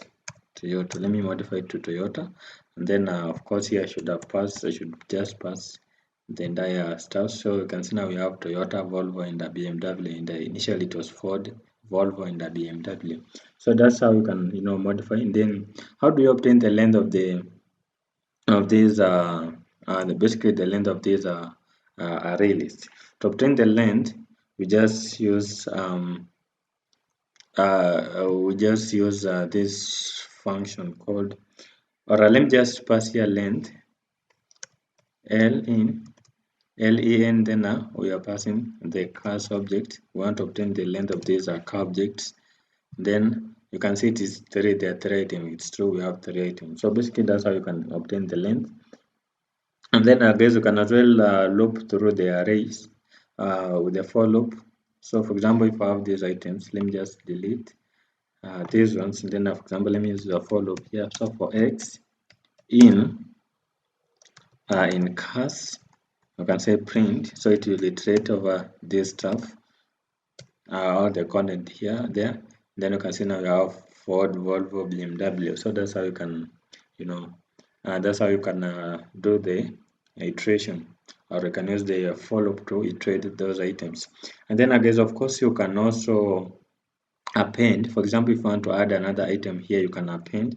You just say cars, the object name, and then you follow with the append function, append like this, append method, and then I pass in, for example, if it's Audi, just say Audi, and then when you run, you can see now you have Audi here on the list.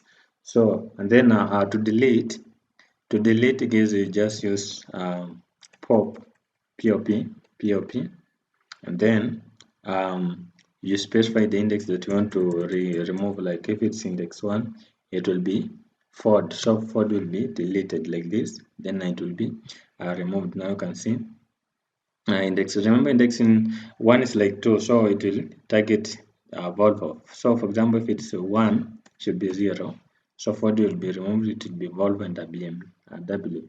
So basically this is how we can do that, and of course we have other methods. However, let me talk about something else here, guys. Let me talk about the classes and the objects. Let me talk about the classes and the objects in Python. So Python is an object-oriented programming language, as I told you earlier while we were introducing this Python. And almost everything in Python is an object with its property and the methods. So a class is like an object constructor or a blueprint for creating the objects. How do we create a class? Let me show you that. Basically, to create a class, you just use the class keyword, class, and then you can call it, for example, my class. I remember what type of variable name are we using here? It is Pascal case. So then here you can say, for example, x equals to, not equal to 5. It is assignment. Now once again, let me repeat. I say that a class is like an object constructor. So we use this class to construct an object, and then basically it can be an object constructor or the blueprint for creating the objects. So this is how you can create a class. So how do we create an object now that we have a class? So to create now an object, we can do this. Let me show you how we can create now the object now that we have the class. So I'll say, let me call it perhaps a p1, then assign it to that class, my class, and then now what I do here, let me say print, and then a p1, then dot x like this, and then when I run, let's try to see. Yeah, as you can see, it is a 5. So let me perhaps talk about the init function. It's very, very important. So like in this example that I've just showed you, basically these are classes and objects in their simplest form and are not really useful in the real life. So to understand the meaning of classes, we have to understand the built-in init function. Basically it is two underscores init two underscores function. So all classes have a function called the init function, which is always executed when the class is being initiated. So we use the init function to assign values to objects, property, or other operations that are necessary to do when the object is being created. I want to show you an example here, guys, on how we can create a class, perhaps named person, and we'll use the init function to assign values to perhaps the name of that person and the age. So first of all, let's begin by defining the class, creating the class. Let's call it person, right? Let's call it person, and then let's define our function. We're using init. It is two underscores, then init, and then two underscores, and then as a function. So it must have the parentheses. But here I want to pass in parameters. Self, it must be the first argument here. Then a pass name, and then what is age perhaps, and then let's close. Now let's call it now. Let's say self, then a perhaps name. I'm gonna assign it to perhaps name, and then self dot age. I can assign it to age like this, and then a person 1, p1 perhaps, let me assign it to the person class. Person, and then the name can be, let's say use Nehemiah, right? Okay. Nehemiah, then for age, let me say that, right? That's not my age. However, let me just say print. Let me say print, and then I'm passing not a p1 dot name, and then what else? Let me copy. Let me duplicate here, and then here is gonna be age. Let me use age. Let me try to run and see if it will obtain the result. You can see name Nehemiah, and the age here is 30. So you need to know here that the int function is called automatically every time the class is being used to create a new object. Now let me talk about the str function. The str function controls what should be returned when the class object is represented as a string. So if the str function is not set, the string representation of the object is returned. Like for example, if I just used what I just used, let me delete this stuff.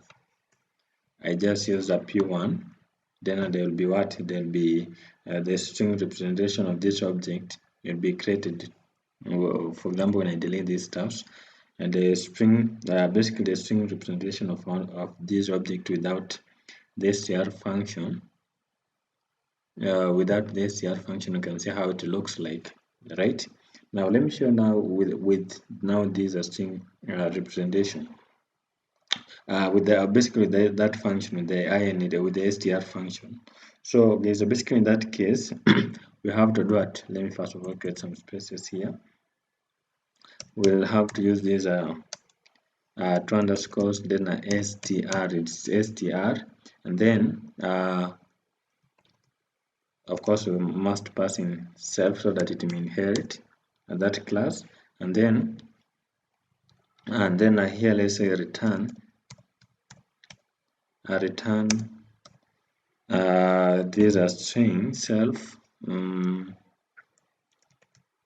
Not really, should be braces, right? Should be braces, and then a self a dot a self dot name a self dot name, and then self dot name, and then also let's pass in what let's pass in what let's pass in what a self dot age like this, and then of course it should be closed. It should be closed like this, like this guys. And then what do I do? Let me so guys, basically before we run, ensure that this div keyword is in line with the other div like this, so that you may not have issues. So let's try to run, and then as you can see it is Nehemiah, then the age here there is that. So basically this is the string representation of an object with that str function. You can see initially without this function, let me just try to remove, let me make it a comment, and then you see how it looks like. You can see it's not that good because it doesn't give you the name, the object itself, it just give you these stuffs, things which can be understood. But when you use the str, basically the str function, then you have what? You have a clear object, you know. When you run, you have a clear object. So let me talk about objects. Objects can also contain methods, and methods in objects are functions that belongs to the objects. So let's create an object in this person class. How do we create an object? To create an object, guys, let me just do this. Let me first of all clear this. Let me just delete this stuff so that let me show you how you can create an object. So let me define this. Let me call it my function, right? My function. Then let's inherit the previous class. So let me use self, and then what I do here, let me say print,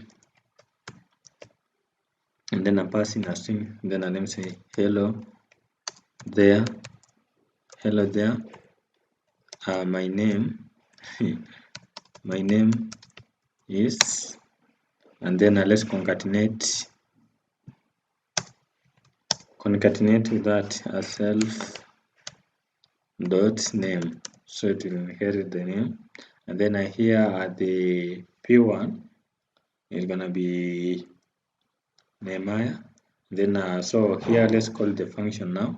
Instead of print, let's say p1 and dot my function. Now let's call it my func, right? And that's the function that we use here.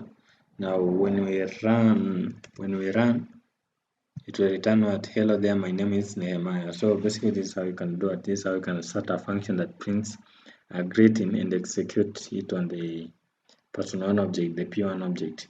But then guys, you need to use the self parameter here, as it's a reference to the current instance of the class and is used to access variables that belongs to that class. So let's ensure that you use this keyword. And perhaps let me talk about this self parameter in details. Now basically these self parameters are reference to the current instance of the class. If you want to inherit this class, then you have to use self so that it will inherit.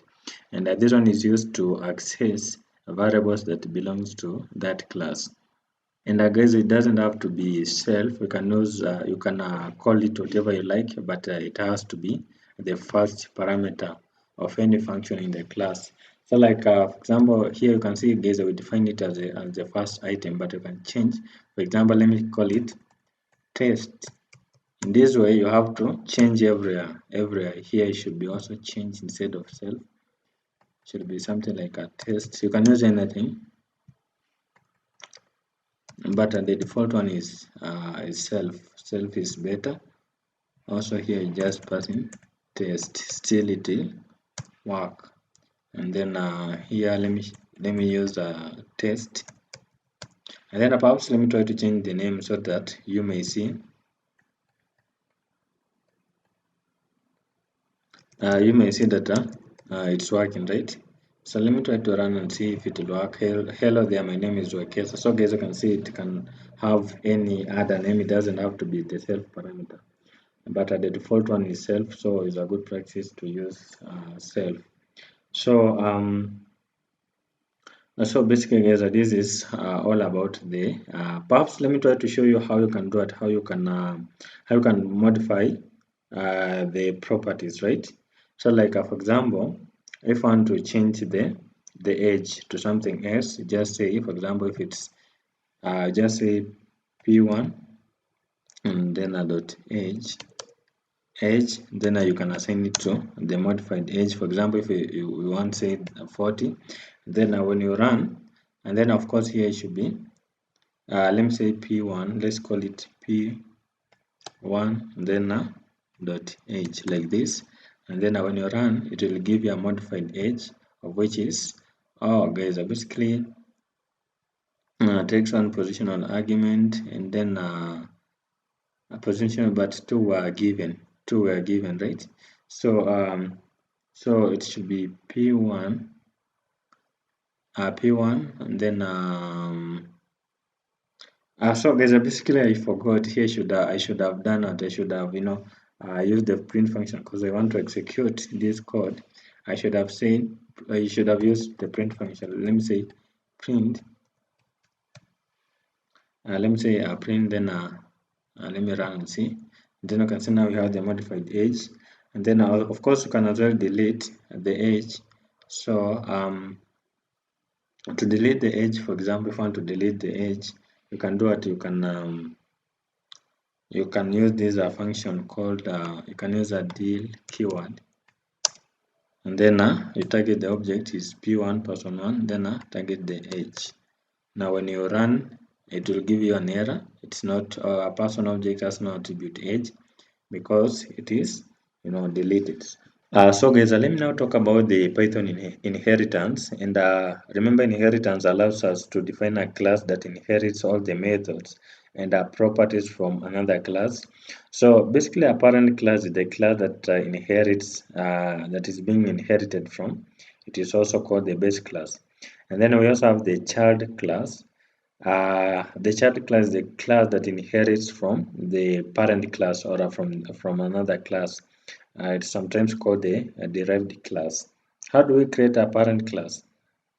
Let me show you. Let me show you how you can do that. Now, to create a parent class, I want to show you how you can do it. How you can create a parent class. I'll call it even a person with a first name, last name, properties, and above the also the print name to be executed. Let me just delete this stuff. So here, first of all, how do we create a class? We use the keyword class, and then the class name can be a set person. Let me use person, and then of course, or guys, basically what I do here. Let me just use this stuff. Let me copy because I don't want to repeat the same codes. And then now here, let's now define our. Let me say. Let me create a function here. Let me use a print name. A print name is a function here. And then a function must have the parentheses, and then we are inheriting, so we use the self. And then here, what I do is here, let's say print, and then we are passing what? We are passing self, and then dot first name, and then also self dot last name, and then guys, I want us to use the class, the person class, to create an object and then execute the print name method here. So how do we do that? Let me first of all remove the indentation here, and then let's create now that that object. Let me assign it to person, and then can be the first name can be, perhaps let me say Nehemiah. By then Nehemiah is my name. And then Wekesa. Let me use Wekesa is my last name. Wekesa, and then let's do this. Let's call it X, then print name. Remember, once you've defined a function, you must always call it. So let me run and see if it will work. Guys, basically there are errors. Person object has an attribute called first name. First name. Oh, guys, basically here I should have changed it to. I forgot. I should have changed it to first name. And then here let me use a last name. I forgot. That's the issue with copy pasting. Last name should be last name. And then here let me use a L name. Let me use a F name. Of course, I'll add it as the parameters there at the top. L name. And then here also I should have added F name. Also L name, like this. Then I think it will work now. Still doesn't work, right? Print person object has no attribute called last name. Oh, sure, I should have sorry, it should be L name, like this. So let me try again and see if it will work. Let me run. Yeah, guys, you can see it works. So basically this is how you can do it. This is how you can create a class name, a person with the first and then the last name properties, and then the print name method. So basically that's how you can do that. That's how you can create the parent class.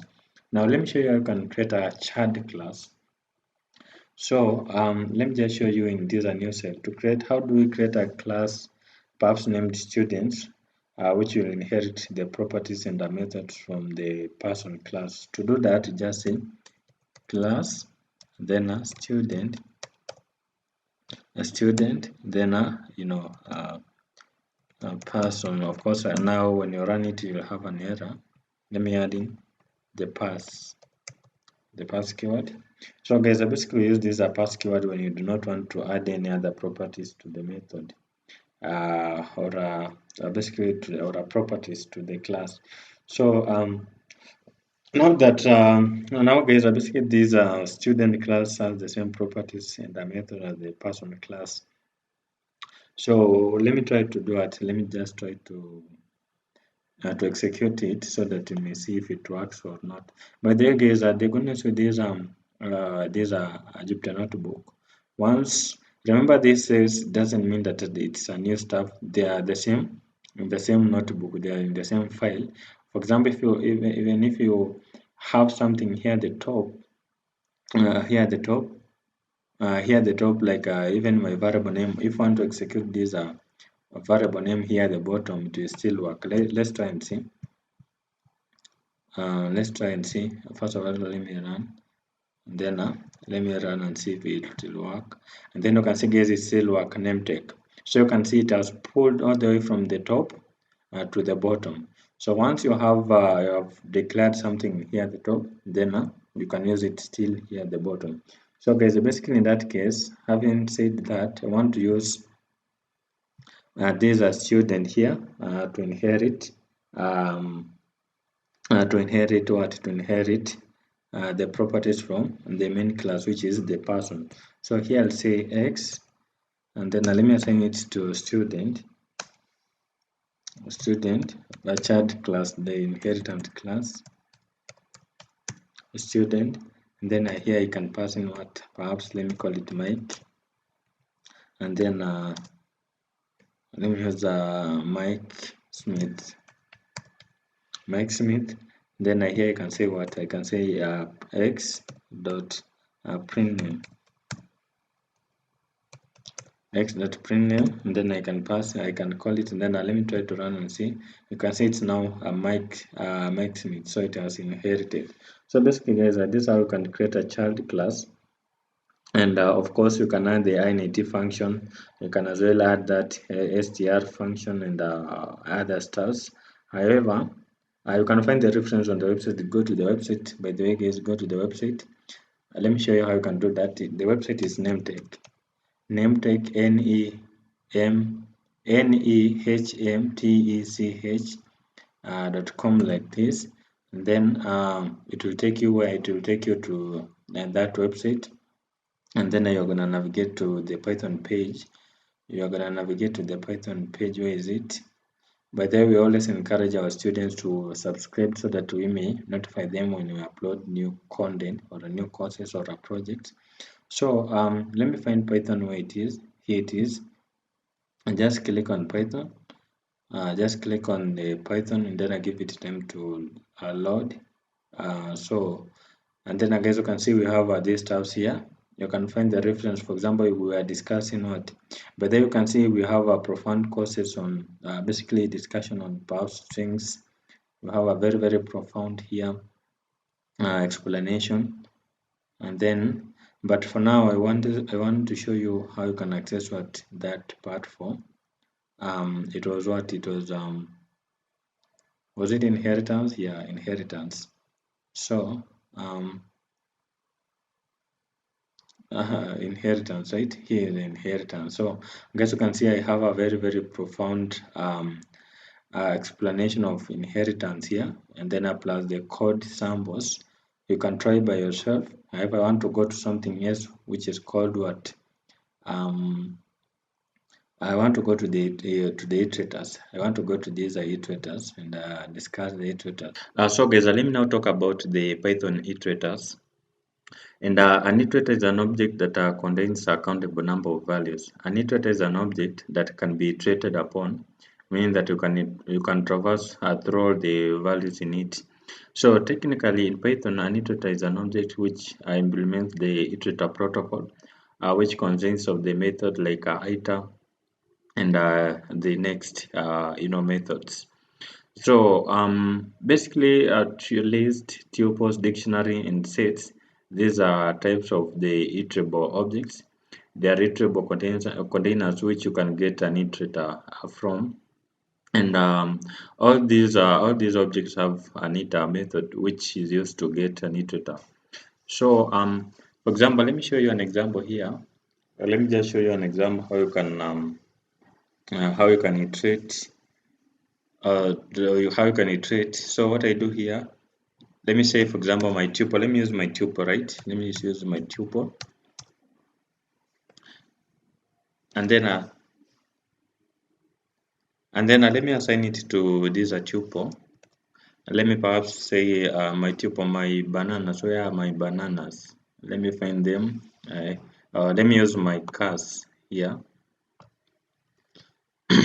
Let me use this stuff. This is a list. This is a list, and then here guys, I want to pass here. This one is a or let me convert it to a tuple. Let's, because I mentioned tuple. Let me use it a tuple. A tuple is anything inside the these are brackets. These are items inside the inside the rounded brackets. And then perhaps let me call it my it. Then let me assign it to this it object, or basically the iter method, and then iter, and then let me pass not cars, which is a tuples. Then now guys, basically we can return an iterator from this tuple and print each value. We can say, for example, let's say print for example, let's say next, and then I will be passing that iter. It is we use the variable my it.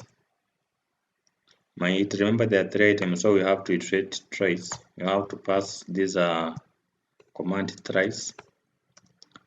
So let me run, and then I guess you can see now that now we have iterated these stars, and then it's now very nice. Also guys, you can do the same with the strings. For strings, you just, for example, it is let's say for example name tag. How many ones are in name tag? Should be name tag 1, 2, 3, 4. So there are 8 items. So let me change perhaps to let me just use let me just say strings. My string, my string, and then of course we have to pass it here. So basically there are 8 items, so I have to duplicate these items. Let me copy, and then let me paste there. So basically these are 6. So I need to add 2 more. So in this way to iterate that name tag, and then guys, basically I forgot my string here. It should be my string, so that when you run you obtain a name tag. So guys, you can see you can as well iterate and through the string. But guys, basically you can also use a for loop to iterate through the iterable objects, and it is very nice, easier. Like for example, let's begin. Let me again copy these these are fruits. Let me use fruits, this list, and then here let me paste there, and then I want to use the for loop here to iterate. And so for example, for x in and these are fruits,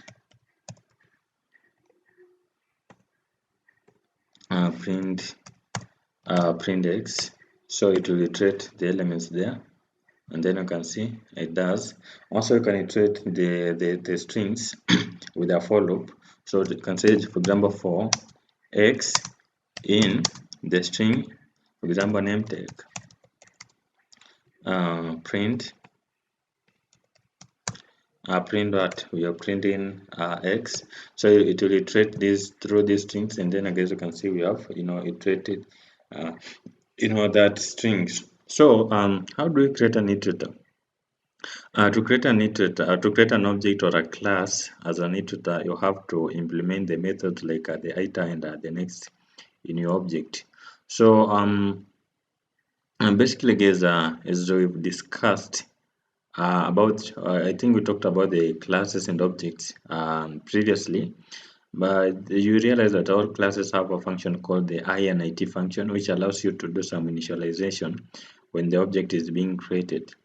Now, basically, the iter methods act similar. You can do operations like initializing and so forth, but must always return the iterator object itself. Then the next methods allows you to do the operations, and I must return the next item in the sequence. So I want to show you here an example how to create an iterator that returns numbers starting with the 1, and each sequence will increase by 1. So it will be 1, 2, 3 in that format. So in that case, let's create now first of all the class. Let me call it. We use a class keyword to create the class, and then perhaps let me call it just my class, my class, and then here let's say let's define that function, the iter,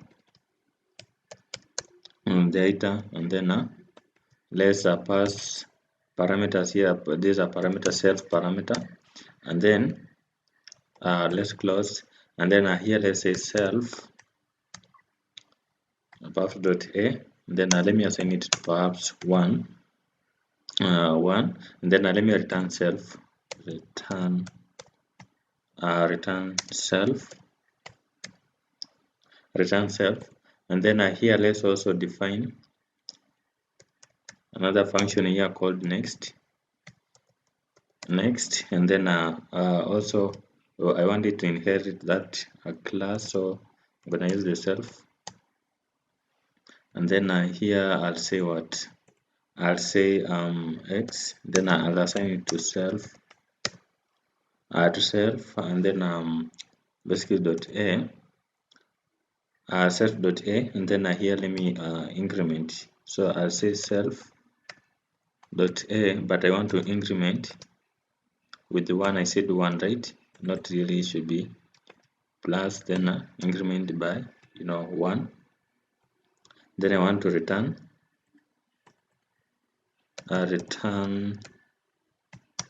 x. Now we have to call the functions here.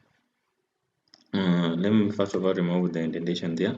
So first of all, let's create a variable for the class. Perhaps let me call it my class, and then let me assign it to my class. We are calling it now my class object here, my class function. Then also let's create another one for the iter. Let me call it my iter. Then let me assign it to the iter, and then I'm gonna pass in what my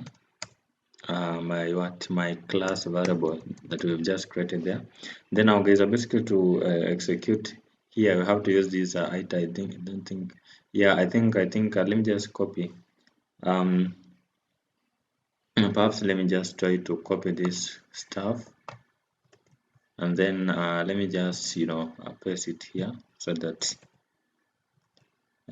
it may so now here it should be my it, so I should have used, let me just use my it, right, so that it will match what is there, my it, like that. Then what I do, let me just try to run and see. Then I guess you can see when you increase the number, so it will iterate to the number of the next function that you've run. So you can see now it goes all the way to 16. So this is how you can do that, and of course you can also stop the iteration. So remember that this one can just continue forever. You can see when I'll copy again and duplicate, and the list will just continue forever. But there's an option on how you can stop the iteration. You can see it continues all the way to 32. However, you can do it, you can stop the iteration basically with stop iteration statement. So guys, basically to prevent the iteration from going on forever, we can use the stop iteration statement.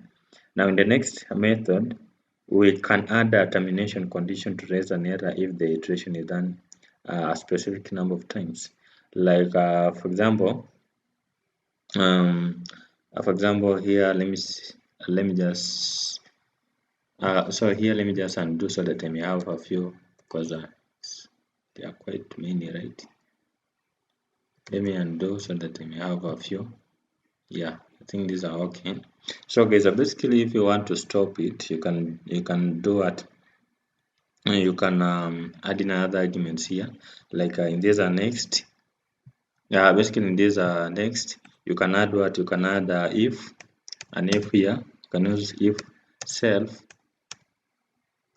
dot a is less than or equals to 20, is equals to 20. That's when we are gonna do what, we are gonna execute this, we are gonna increment to that value which is less than 20. Otherwise we are gonna use the else here. Let me say else. Not really, should be somewhere. Let me just see.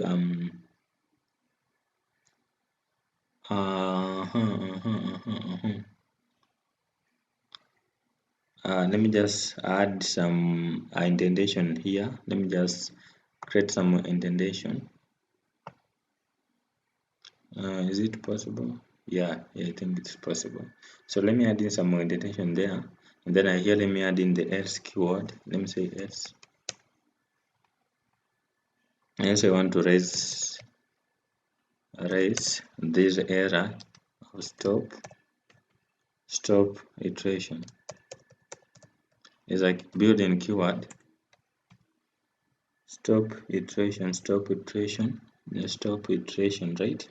And then what I do, let me just try to iterate. Let me use a for loop, right? Let me just use a for loop, and then here let me just say for, I'm not really sure, it shouldn't delete everything. Let me just delete these tabs, and then let me say for x in my it, let me say print what we are printing x. Let me run and see. I'm not sure if it's okay. Yeah, I guess you can see it does. So and basically guys, that's how you can do that. When it reaches this is how you can stop the iteration, and that's how you can stop the iteration to stop the loop from continuing to infinity.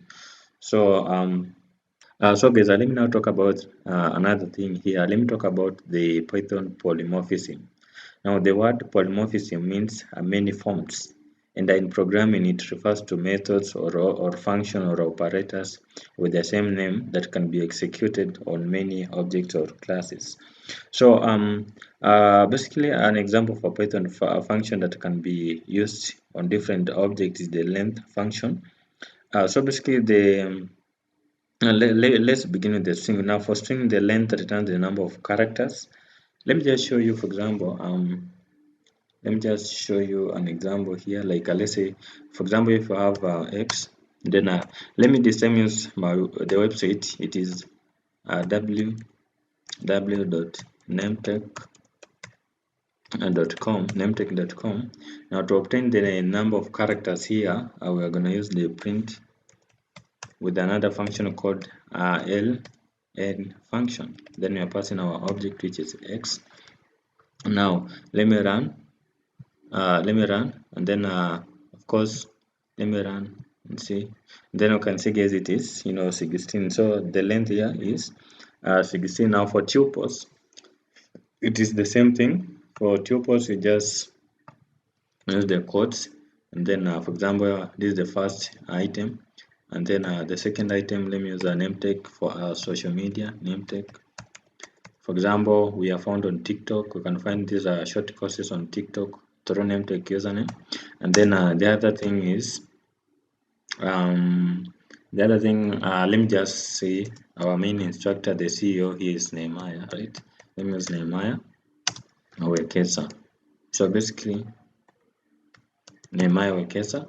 So this one is an example of a tuple, and you can obtain a length with this length function, and then you can see it is still 3. For this is the same principle applies. Just do this. This one is a dictionary. Let me use, so this way, then let me run, then you can see it does. So I can try, guys, basically the dictionary, and you can try with anything. So guys, let me now talk about the Python scope, and a variable is only available from inside the region it is created. This is what we call the scope. And we have the local scope, and also we have the global scope. Let's begin with the local. And I say that a variable created inside a function belongs to the local scope of that function, and can only be used inside that function. Now, a good example is like what we like here. Let me say, for example, let's define a function here, like my function. Let me just use this stuff, and then inside this function, guys, I can say of course at the end of each line of a function definition, you have to add in a colon. Then let me say x, then perhaps let me give it 500. Then let's say print what we are printing, that x, and then let's call that function, it is my func, right? Let's call it that function, then let's run. So basically this one is an example of a variable created inside a function, and is available inside that function, of which it is a local scope. So a function inside a function is, as I've said, the variable x here, is not available outside the function. You can see it is inside this function. Is basically it's inside this function, and that's why we call it, the local variable, because x is not available outside the function, but it is available from any function inside this function. You can use it.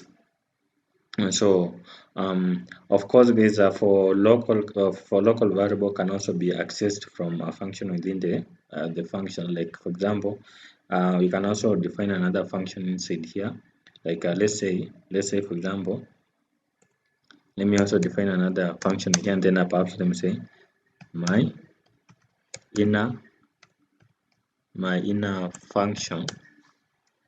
function, then and then here let me say print what, let's say print x, and then let's call that function, let me just say what, let's call it my inner function, my inner func. And then now let's call the main function itself for it to work. So it's my func, like this. Then guys, you can see it gives you the, or let me try to change the value so that you can see there's a change somewhere. So you can see it does work. So basically that's how you can do that. And therefore so guys, now for the global scope, these are variables created in the main body of the Python code, and so basically this is what we call the global variable, or a variable belongs to the global scope. For example, if you have a variable outside here, let's say x, let's use y, like y, then assign it to something like let's say even 1000. Now when you run here y, it will work because it's a global. You can see it is 100. Not should have used something like 1000. Yeah, it does work. So basically this is an example for the global scope. So guys, I think you now understand that. So basically this is all about the scope. So guys, let me now talk about the Python modules. First of all, let's understand what is a module. A module can be considered to be the same as the code library, or a place where you have codes for a particular function or a performing specific task. We have several modules, for example, in Python, like the NumPy modules. These are the library for arrays. You have the modules for like pandas, for data science, those stuffs. You have many modules like SciPy and Seaborn and so forth. So basically, a file containing a set of functions you want to include in your application is what we call a module. So how do we create a module? I'm going to show you in a few. So guys, I want to create here a file, an external file, perhaps let me use notebook, notepad, notebook. So I want to create here some greetings or some function here. Let me use a function div. I don't know if you can see. Let me try to zoom in a bit so for you to see much better. So let me say div, then it's gonna be greetings,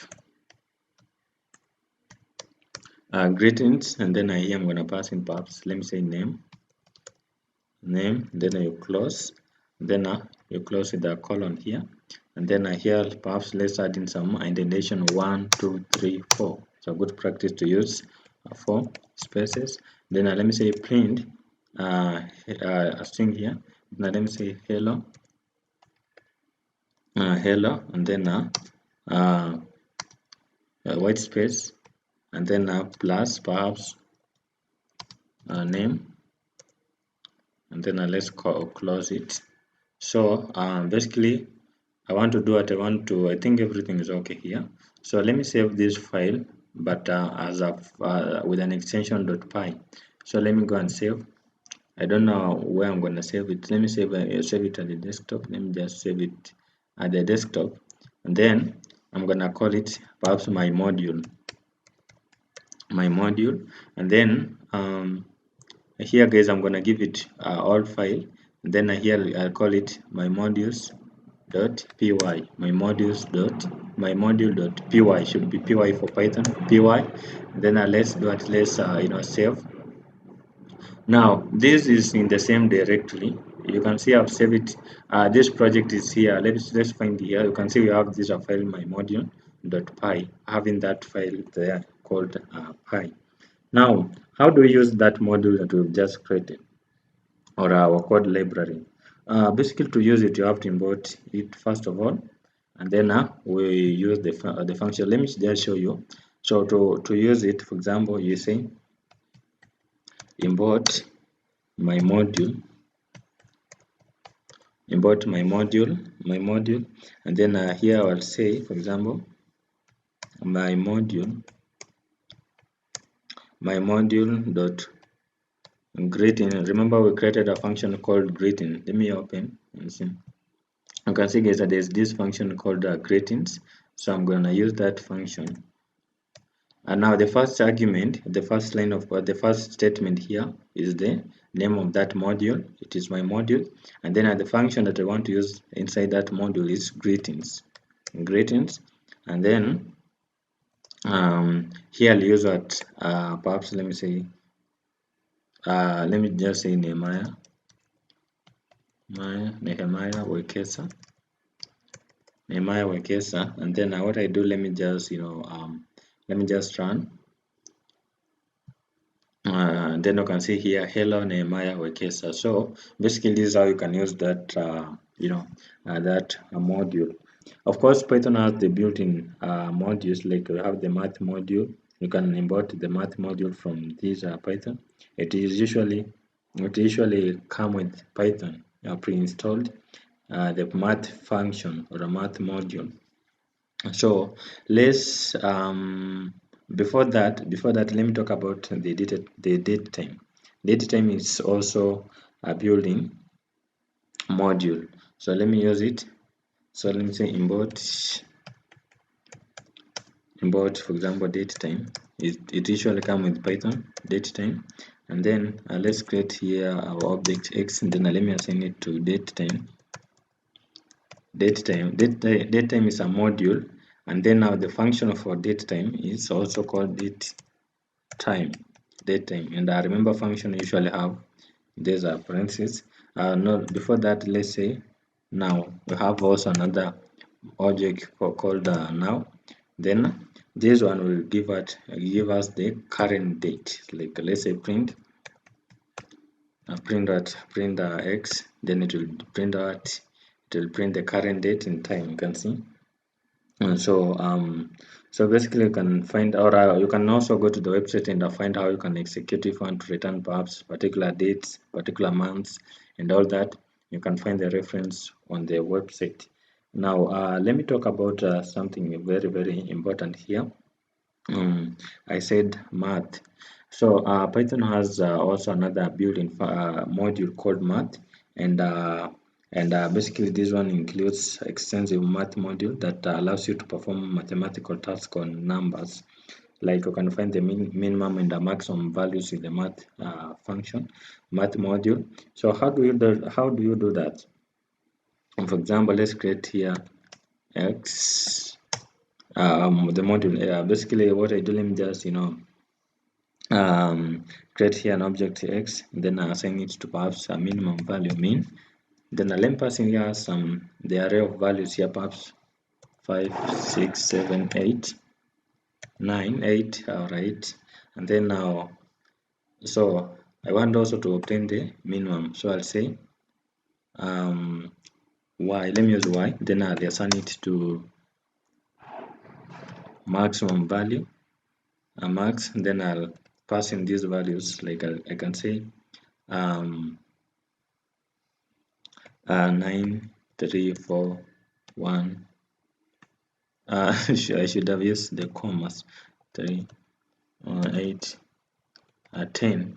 So to obtain the, let's print out, let's say print x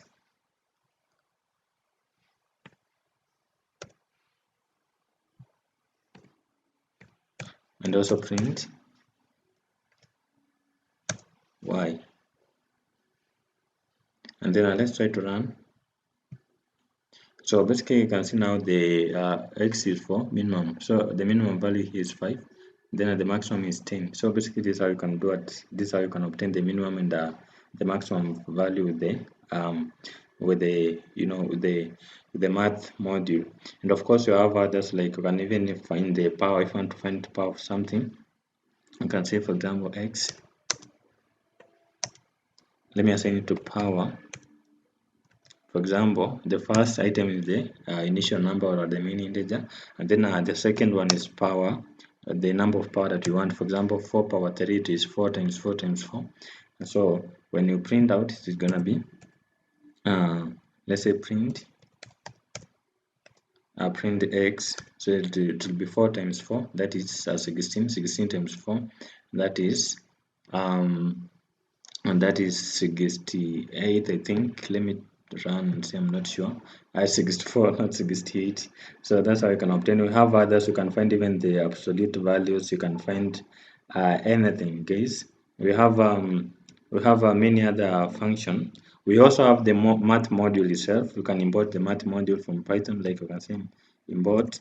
So basically, this module will have the extended list of mathematical function.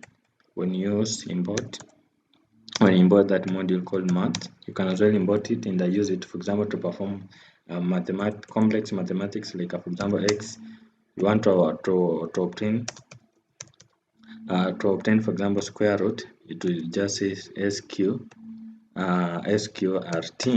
For example, for 64, you just say 64. What's 64? Yeah, 64.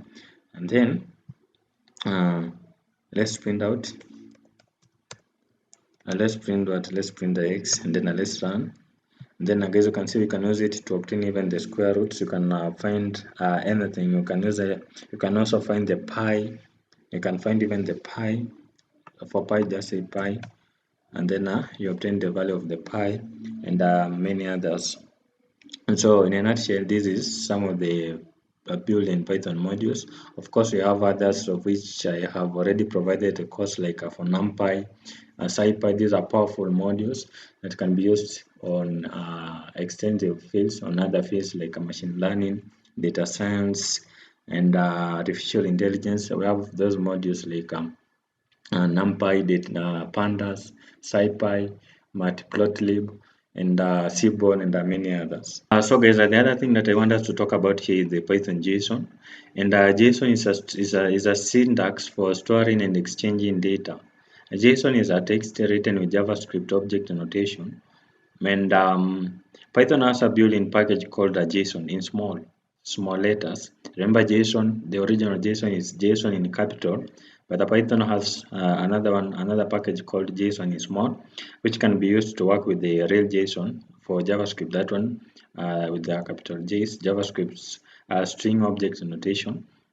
Now, so how do you import JSON? To import JSON, we just use there's a function. Let's say import JSON in small. Now this is the Python one. So guys, basically I want to show you how you can do it, how you can convert from JSON to Python. So if you have a JSON string, you can pass it by using the JSON load method.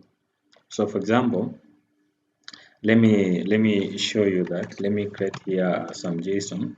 So let me use a variable x perhaps, and then assign it to this a JSON file.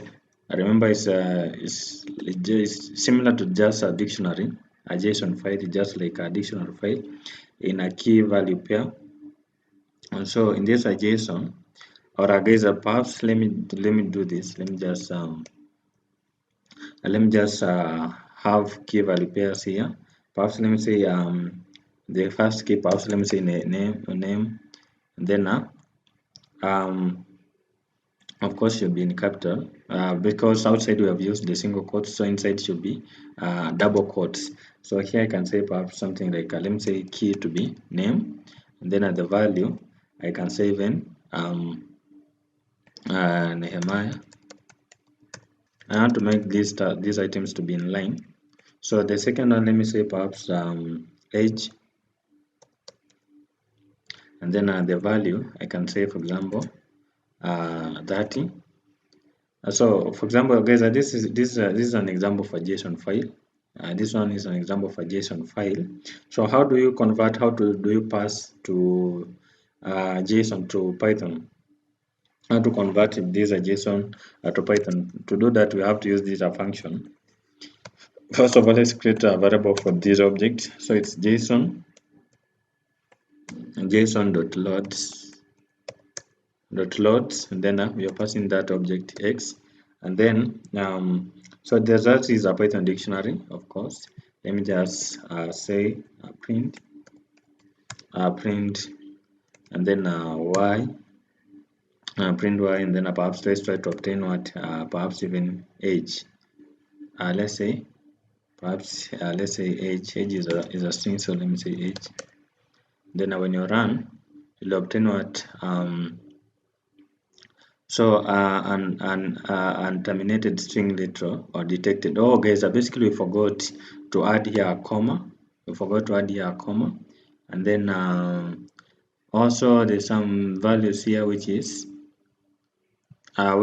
not in good shape here. So let me just make these stuffs because they are not long, they are not quite many. Let me just use a single line. Then let me try to run again and see. The guys, you can see it has returned 30. So this is how you can convert from JSON to Python. Now, how can you convert from Python to JSON? Now, to convert from Python to JSON, and then still we're using that module called JSON. We're using the same module, and then here I can say what I can say. Let's create here a Python object. Let me use a variable x, and then this is a Python object. So guys, here I'm going to pass here just a normal Python dictionary. Let me just copy this value, and then let me just paste it here. This is just a normal Python dictionary.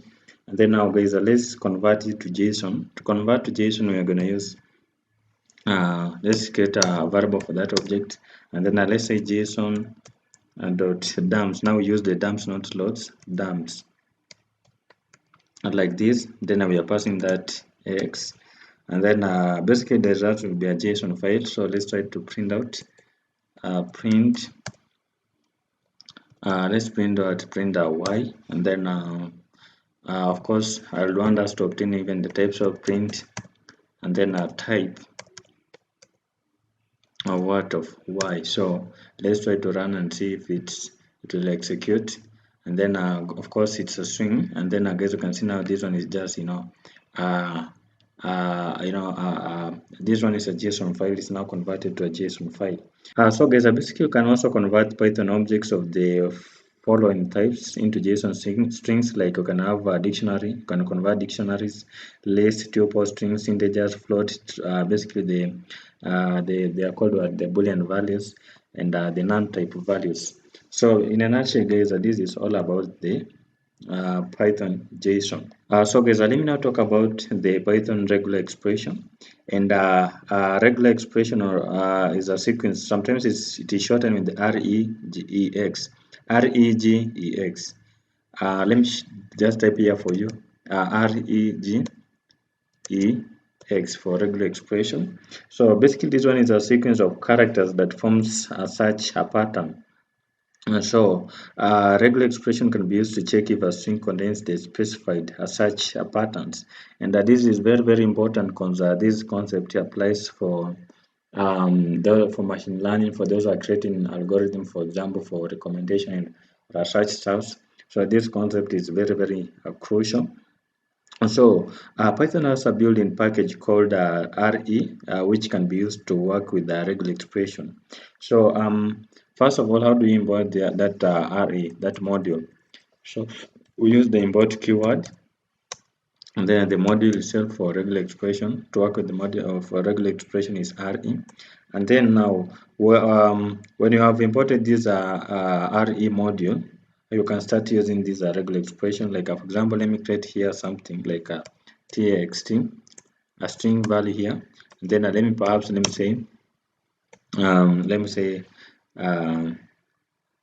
my, or let me say name tag. Let me say name tag provides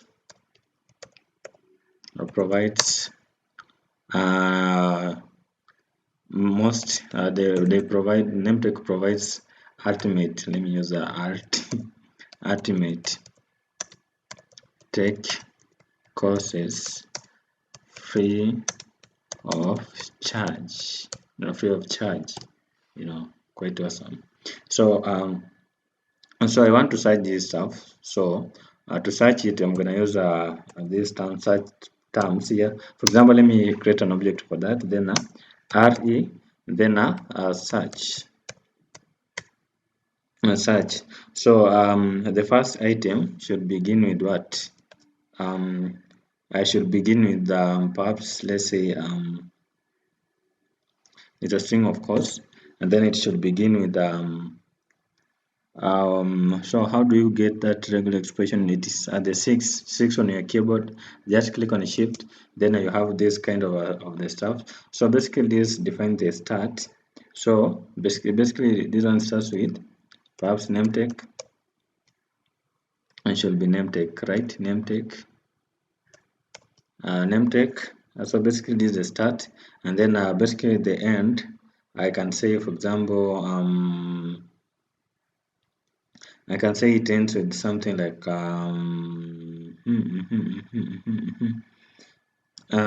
so for example it ends with charge, free of charge, right? Charge. So I'll say charge, it is in small charge, charge, and then of course you can also add what let's try this one and see if it will work. Let's add in this dollar sign and see if it will work first of all. And then what I do is here of course the variable itself is, or the object is txt. Let's try to search and see if we will get some results here. So I'll say first of all, let me add in some logics here, some expression. So let me use an if if x let's say print something like basically yes, there's a match, right? Yes, there's a match. there is a match. There's a match, right? Like this. Yes, there's a match. Otherwise, so I'll say else. Else.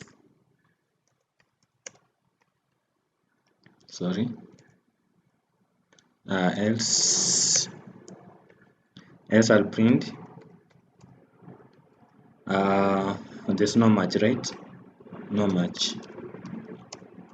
Let's try to run and see if it will work, guys. So let me run and see. Guys, yes, there's a match. Why? Because there's a name tag. It begins with the name tag and the entry charge, free of charge.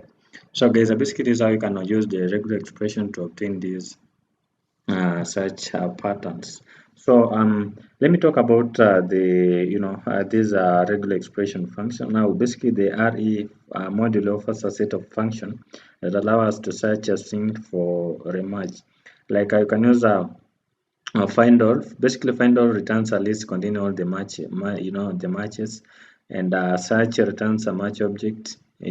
Then a split returns a list where the string has to be split at each match. We also have a sub, which replaces one or many matches with the string. So guys, you can find the reference on the website. However, I want to focus on something else. Of course, or let me just try to explain to you like how you can use the find all function to find a list containing all the matches. Like for example, um, let me just do what? Let me just copy this code. I want to use the find all function here. So I'll use here instead of search, I can use find all function here, and then for example I want to find anything that has to do with tech, right? Let me just say tech, anything that has to do with tech, with the tech. So I want to search and find. So I'm going to use not really, these are upper stuff. It shows that it begins with when you use this upper thing here. I don't know the name exactly, but let me say print x, then let's print out, and then I guess you can see there's a tech, there's a tech here, there's a tech, then of course this one is capital. Let me use a tech and see in capital and see if it will bring tech. I don't know if it will bring, and then of course it doesn't, right? Take like take now. Let me try to see. Yeah, guys, you can see there's no search item, but a take is available. Why? Because it's here name tag. So basically this is how you can use it to obtain that to find that item. So guys, basically you can find the reference on the website. We have many other stuff that you can try out on the regular expression. However, I want to go to something else here, guys, as we try to wind down this very powerful course, this awesome course. Now let me talk about the PIP. What is PIP? Guys, basically PIP is a package manager for Python packages or modules, if you like. So for example, if you want to work with external modules, you can use PIP to install them, like for example NumPy, SciPy. You can use you can import even anything. So guys, basically first of all, I think Python usually come with this. If you followed along this course step by steps, basically while you are installing Python, I say that you should ensure that you have click on all check boxes so that you may install the required packages or modules, basically packages. And one of the packages that will come with that Python is PIP. So PIP is a package manager for Python packages. How do you check if you have Python in your these are PIP in your system? So how do you check? So go to your terminal. Should be to command line tool. To your command line tool, then type in what if you want to check. Just type in PIP in small PIP, then a dash version, and then you'll obtain the version of the PIP you're using. Mine is 23.1.2. So basically the version that I'm using. So if you don't have this PIP, you can just go to the Python page, download that Python, and ensure that you click on that checkboxes to download PIP. I think the best way is to install with Python. Otherwise, you have to install it from I think their GitHub or their website, and then you have a lot of documentation and all that. So, but either ways, ensure that you have it on your system. So I want to install here a module. I want to install a module here. Like let's try to install camel case. So let's say pip install pip install pip install camel case camel pip install camel case like this, and then it's gonna install. I think for me I already have it. Remember, for me I code always. That's why you can see. Let me try to do it to uninstall. Let me try to uninstall pip, so it will be pip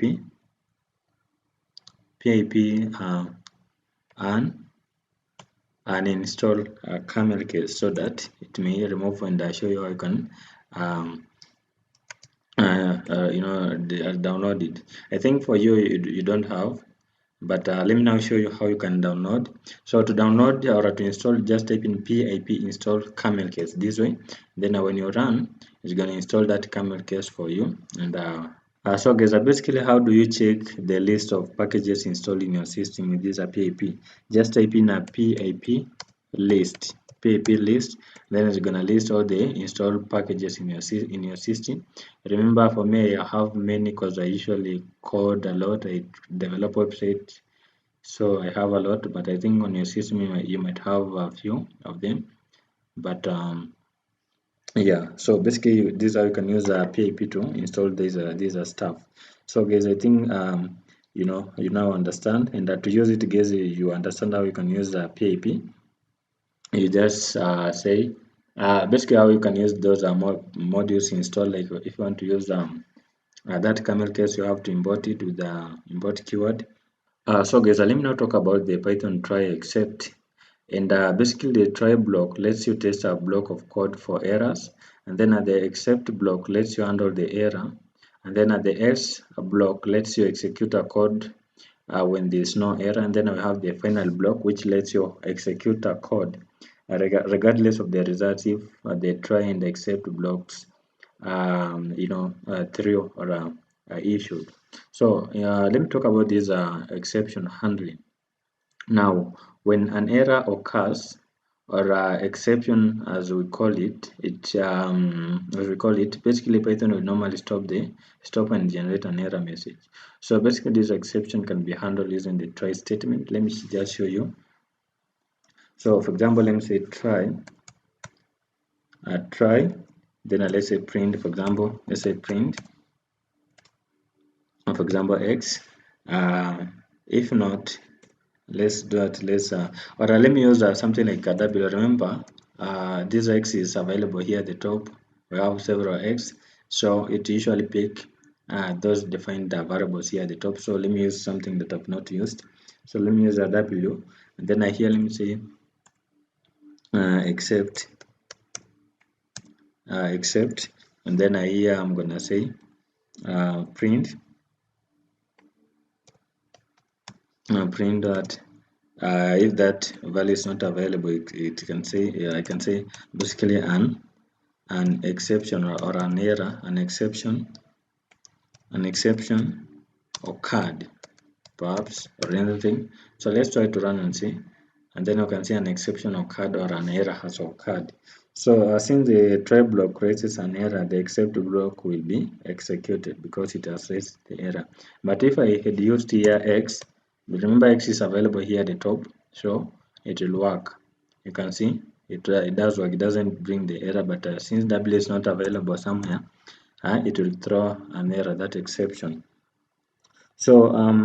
So basically, guys, how do you handle many exception? You can define as many exception block as you want. Like for example, if you want to execute a special block of code for a special kind of an error, you can do that. For example, for name error, I can do what? I can say, for example, except, then let me just say name, name error, name error. This one will handle the name error. Then say for example variable w is not defined. defined. It's not defined. And then otherwise, or let me just also use another exception here. And then let me say also, let me use another except. Then here I can say, for example, let me say print. Let's say print, and then here let me say something else. Something else went wrong. Something else went wrong. So let's try to find out. And then now you can see variable a w is not defined. You can see, and then and then for example, let's do it. Let me just remove this stuff. Then I try to run and see. And then of course it won't work because we're printing nothing. So like for example, what should I do? Like let me say w let me say perhaps plus 1. Let me try to run and see. Basically w is not defined, but wanted to throw another error, but I guess basically this is the concept here. You can use it on how you can to basically to throw an error. Of course, you can also include the the else keyword. So you can say, for example, you can also add the else. For example, else print out. Let's say print should be print, and then let me say nothing perhaps went wrong. Nothing went wrong. Then let me run. First of all, let me use x like this, and then you can see nothing went wrong because x is available there at the top. And of course, guys, you can also use the finally. Now the final block, if specified, will be executed basically regardless of the error raised, like this way. So like let me just use it, and let me use it, and then let me just say, for example, finally. Let me use finally here, and then let me use that w which is not defined, and then guys, you can see variable w is not defined, and then we can see also nothing went wrong. So basically that's how you can do it. That's how you can do that. So guys, let me now talk about the Python user input, and this one is very fundamental, the user input. So Python allows for user input. That means that we are able to ask the user for input, and if you have basically a different type of version, perhaps 3.6 and earlier, and then you have a different way on how you can create a user input compared to those using 2.7 and earlier. So basically for 3.6 users, they use the input method, but for earlier version of Python, they use raw underscore input method. But I think all of you guys should upgrade so that you may have the latest version of Python. Like for example, let me just show you an example of how you can how you can create here user input. For example, let me just say basically for those who are using Python 3.6 and above, you can say, for example, let me just say username. Should be username perhaps, or anything. And then let me assign it to input. Just say input, and then here you can pass here. You can say here enter as a string. For example, let me say enter username, enter username, and then here the print function. After they have entered the username, you can as well output the code. Like you can say even print what you can say even print let's say username your username is something like let's say username is, and then let's concatenate with what? Let's concatenate with that username variable username. So let's try to run and see if it will work. So guys, you can see enter username. So for example, when I enter the username, let me say name tag. Basically, I use a name tag on both platforms, be it Twitter, Facebook, and TikTok. It is name tag, and I encourage you guys to follow me on TikTok. I usually provide short courses there, so that you may have some basic concept. And then, I guess you can see when you click enter, you can see username is name tag. So, lastly, guys, let me talk about the Python string formatting. So, guys, basically to make sure a string will display as expected, we can format the results with the format method. So basically the format method allows you to format selected part of a string. Or sometimes, basically sometimes there are parts of a text that you do not control. Maybe they come from a database or a user input.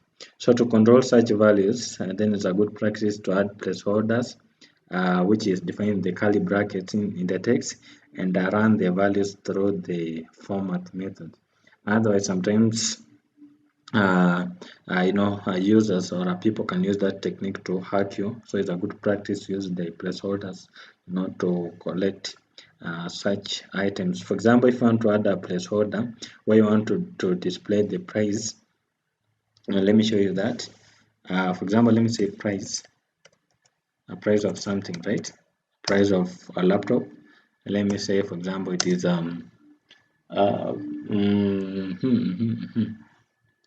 let me say, for example, it is 100,000, 100 or 1,000 US dollars, 1,000 US dollars.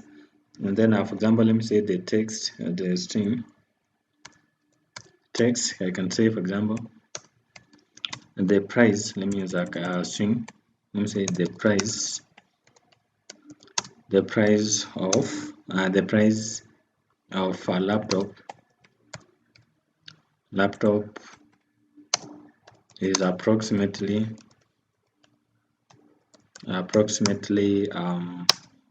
then I'm gonna use the placeholder so that it may be replaced with that 1,000. So I use this as a placeholder. These are curly braces, open and closing, empty, curly braces. And then I can say dollars. Let me say dollars,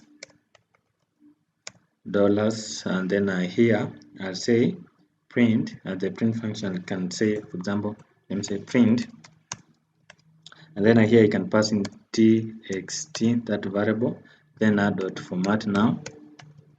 Dot format, and then we are passing out price, and the price. Then let's try to run and see if it will work. And then you can see the price of a laptop is approximately $1,000. So basically that's how you can do that. And of course you can add parameters inside the curly braces if you want to specify how to convert the value. For example, if you want to have some decimals, you can use this colon. You can use the colon, then a dot, then perhaps 2 significant. If you want 2 decimal, you can say 2f, like this. Then when you run, it will have 2 decimal places. So how do you do with the multiple values? Like for example, I can say, for example, what? For example, let me just say, for example, let me include here perhaps for item, let me just say item number. For example, let me say 1, and then what else? Or quantity.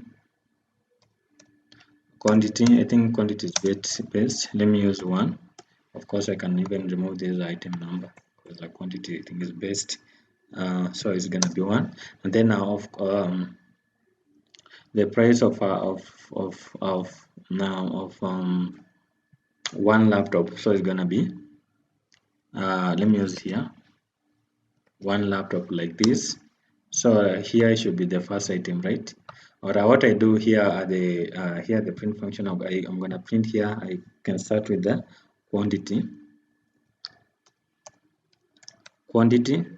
and then price, quantity, and then price. Then guys, when you run, the first decimal will be replaced. The first quantity, you can see it is 1, and then and basically the price of one laptop is approximately then $1,000. So basically guys, that's how you can do that.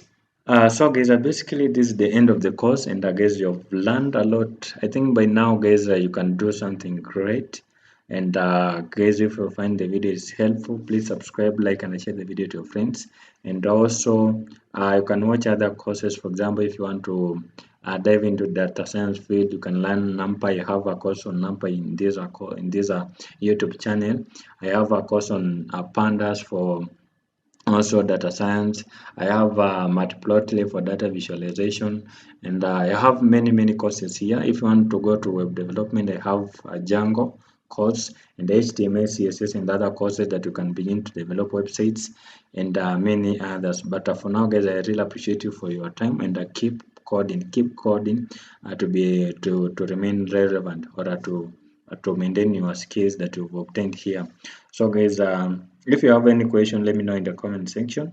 But until next time, this is Nehemiah. Goodbye.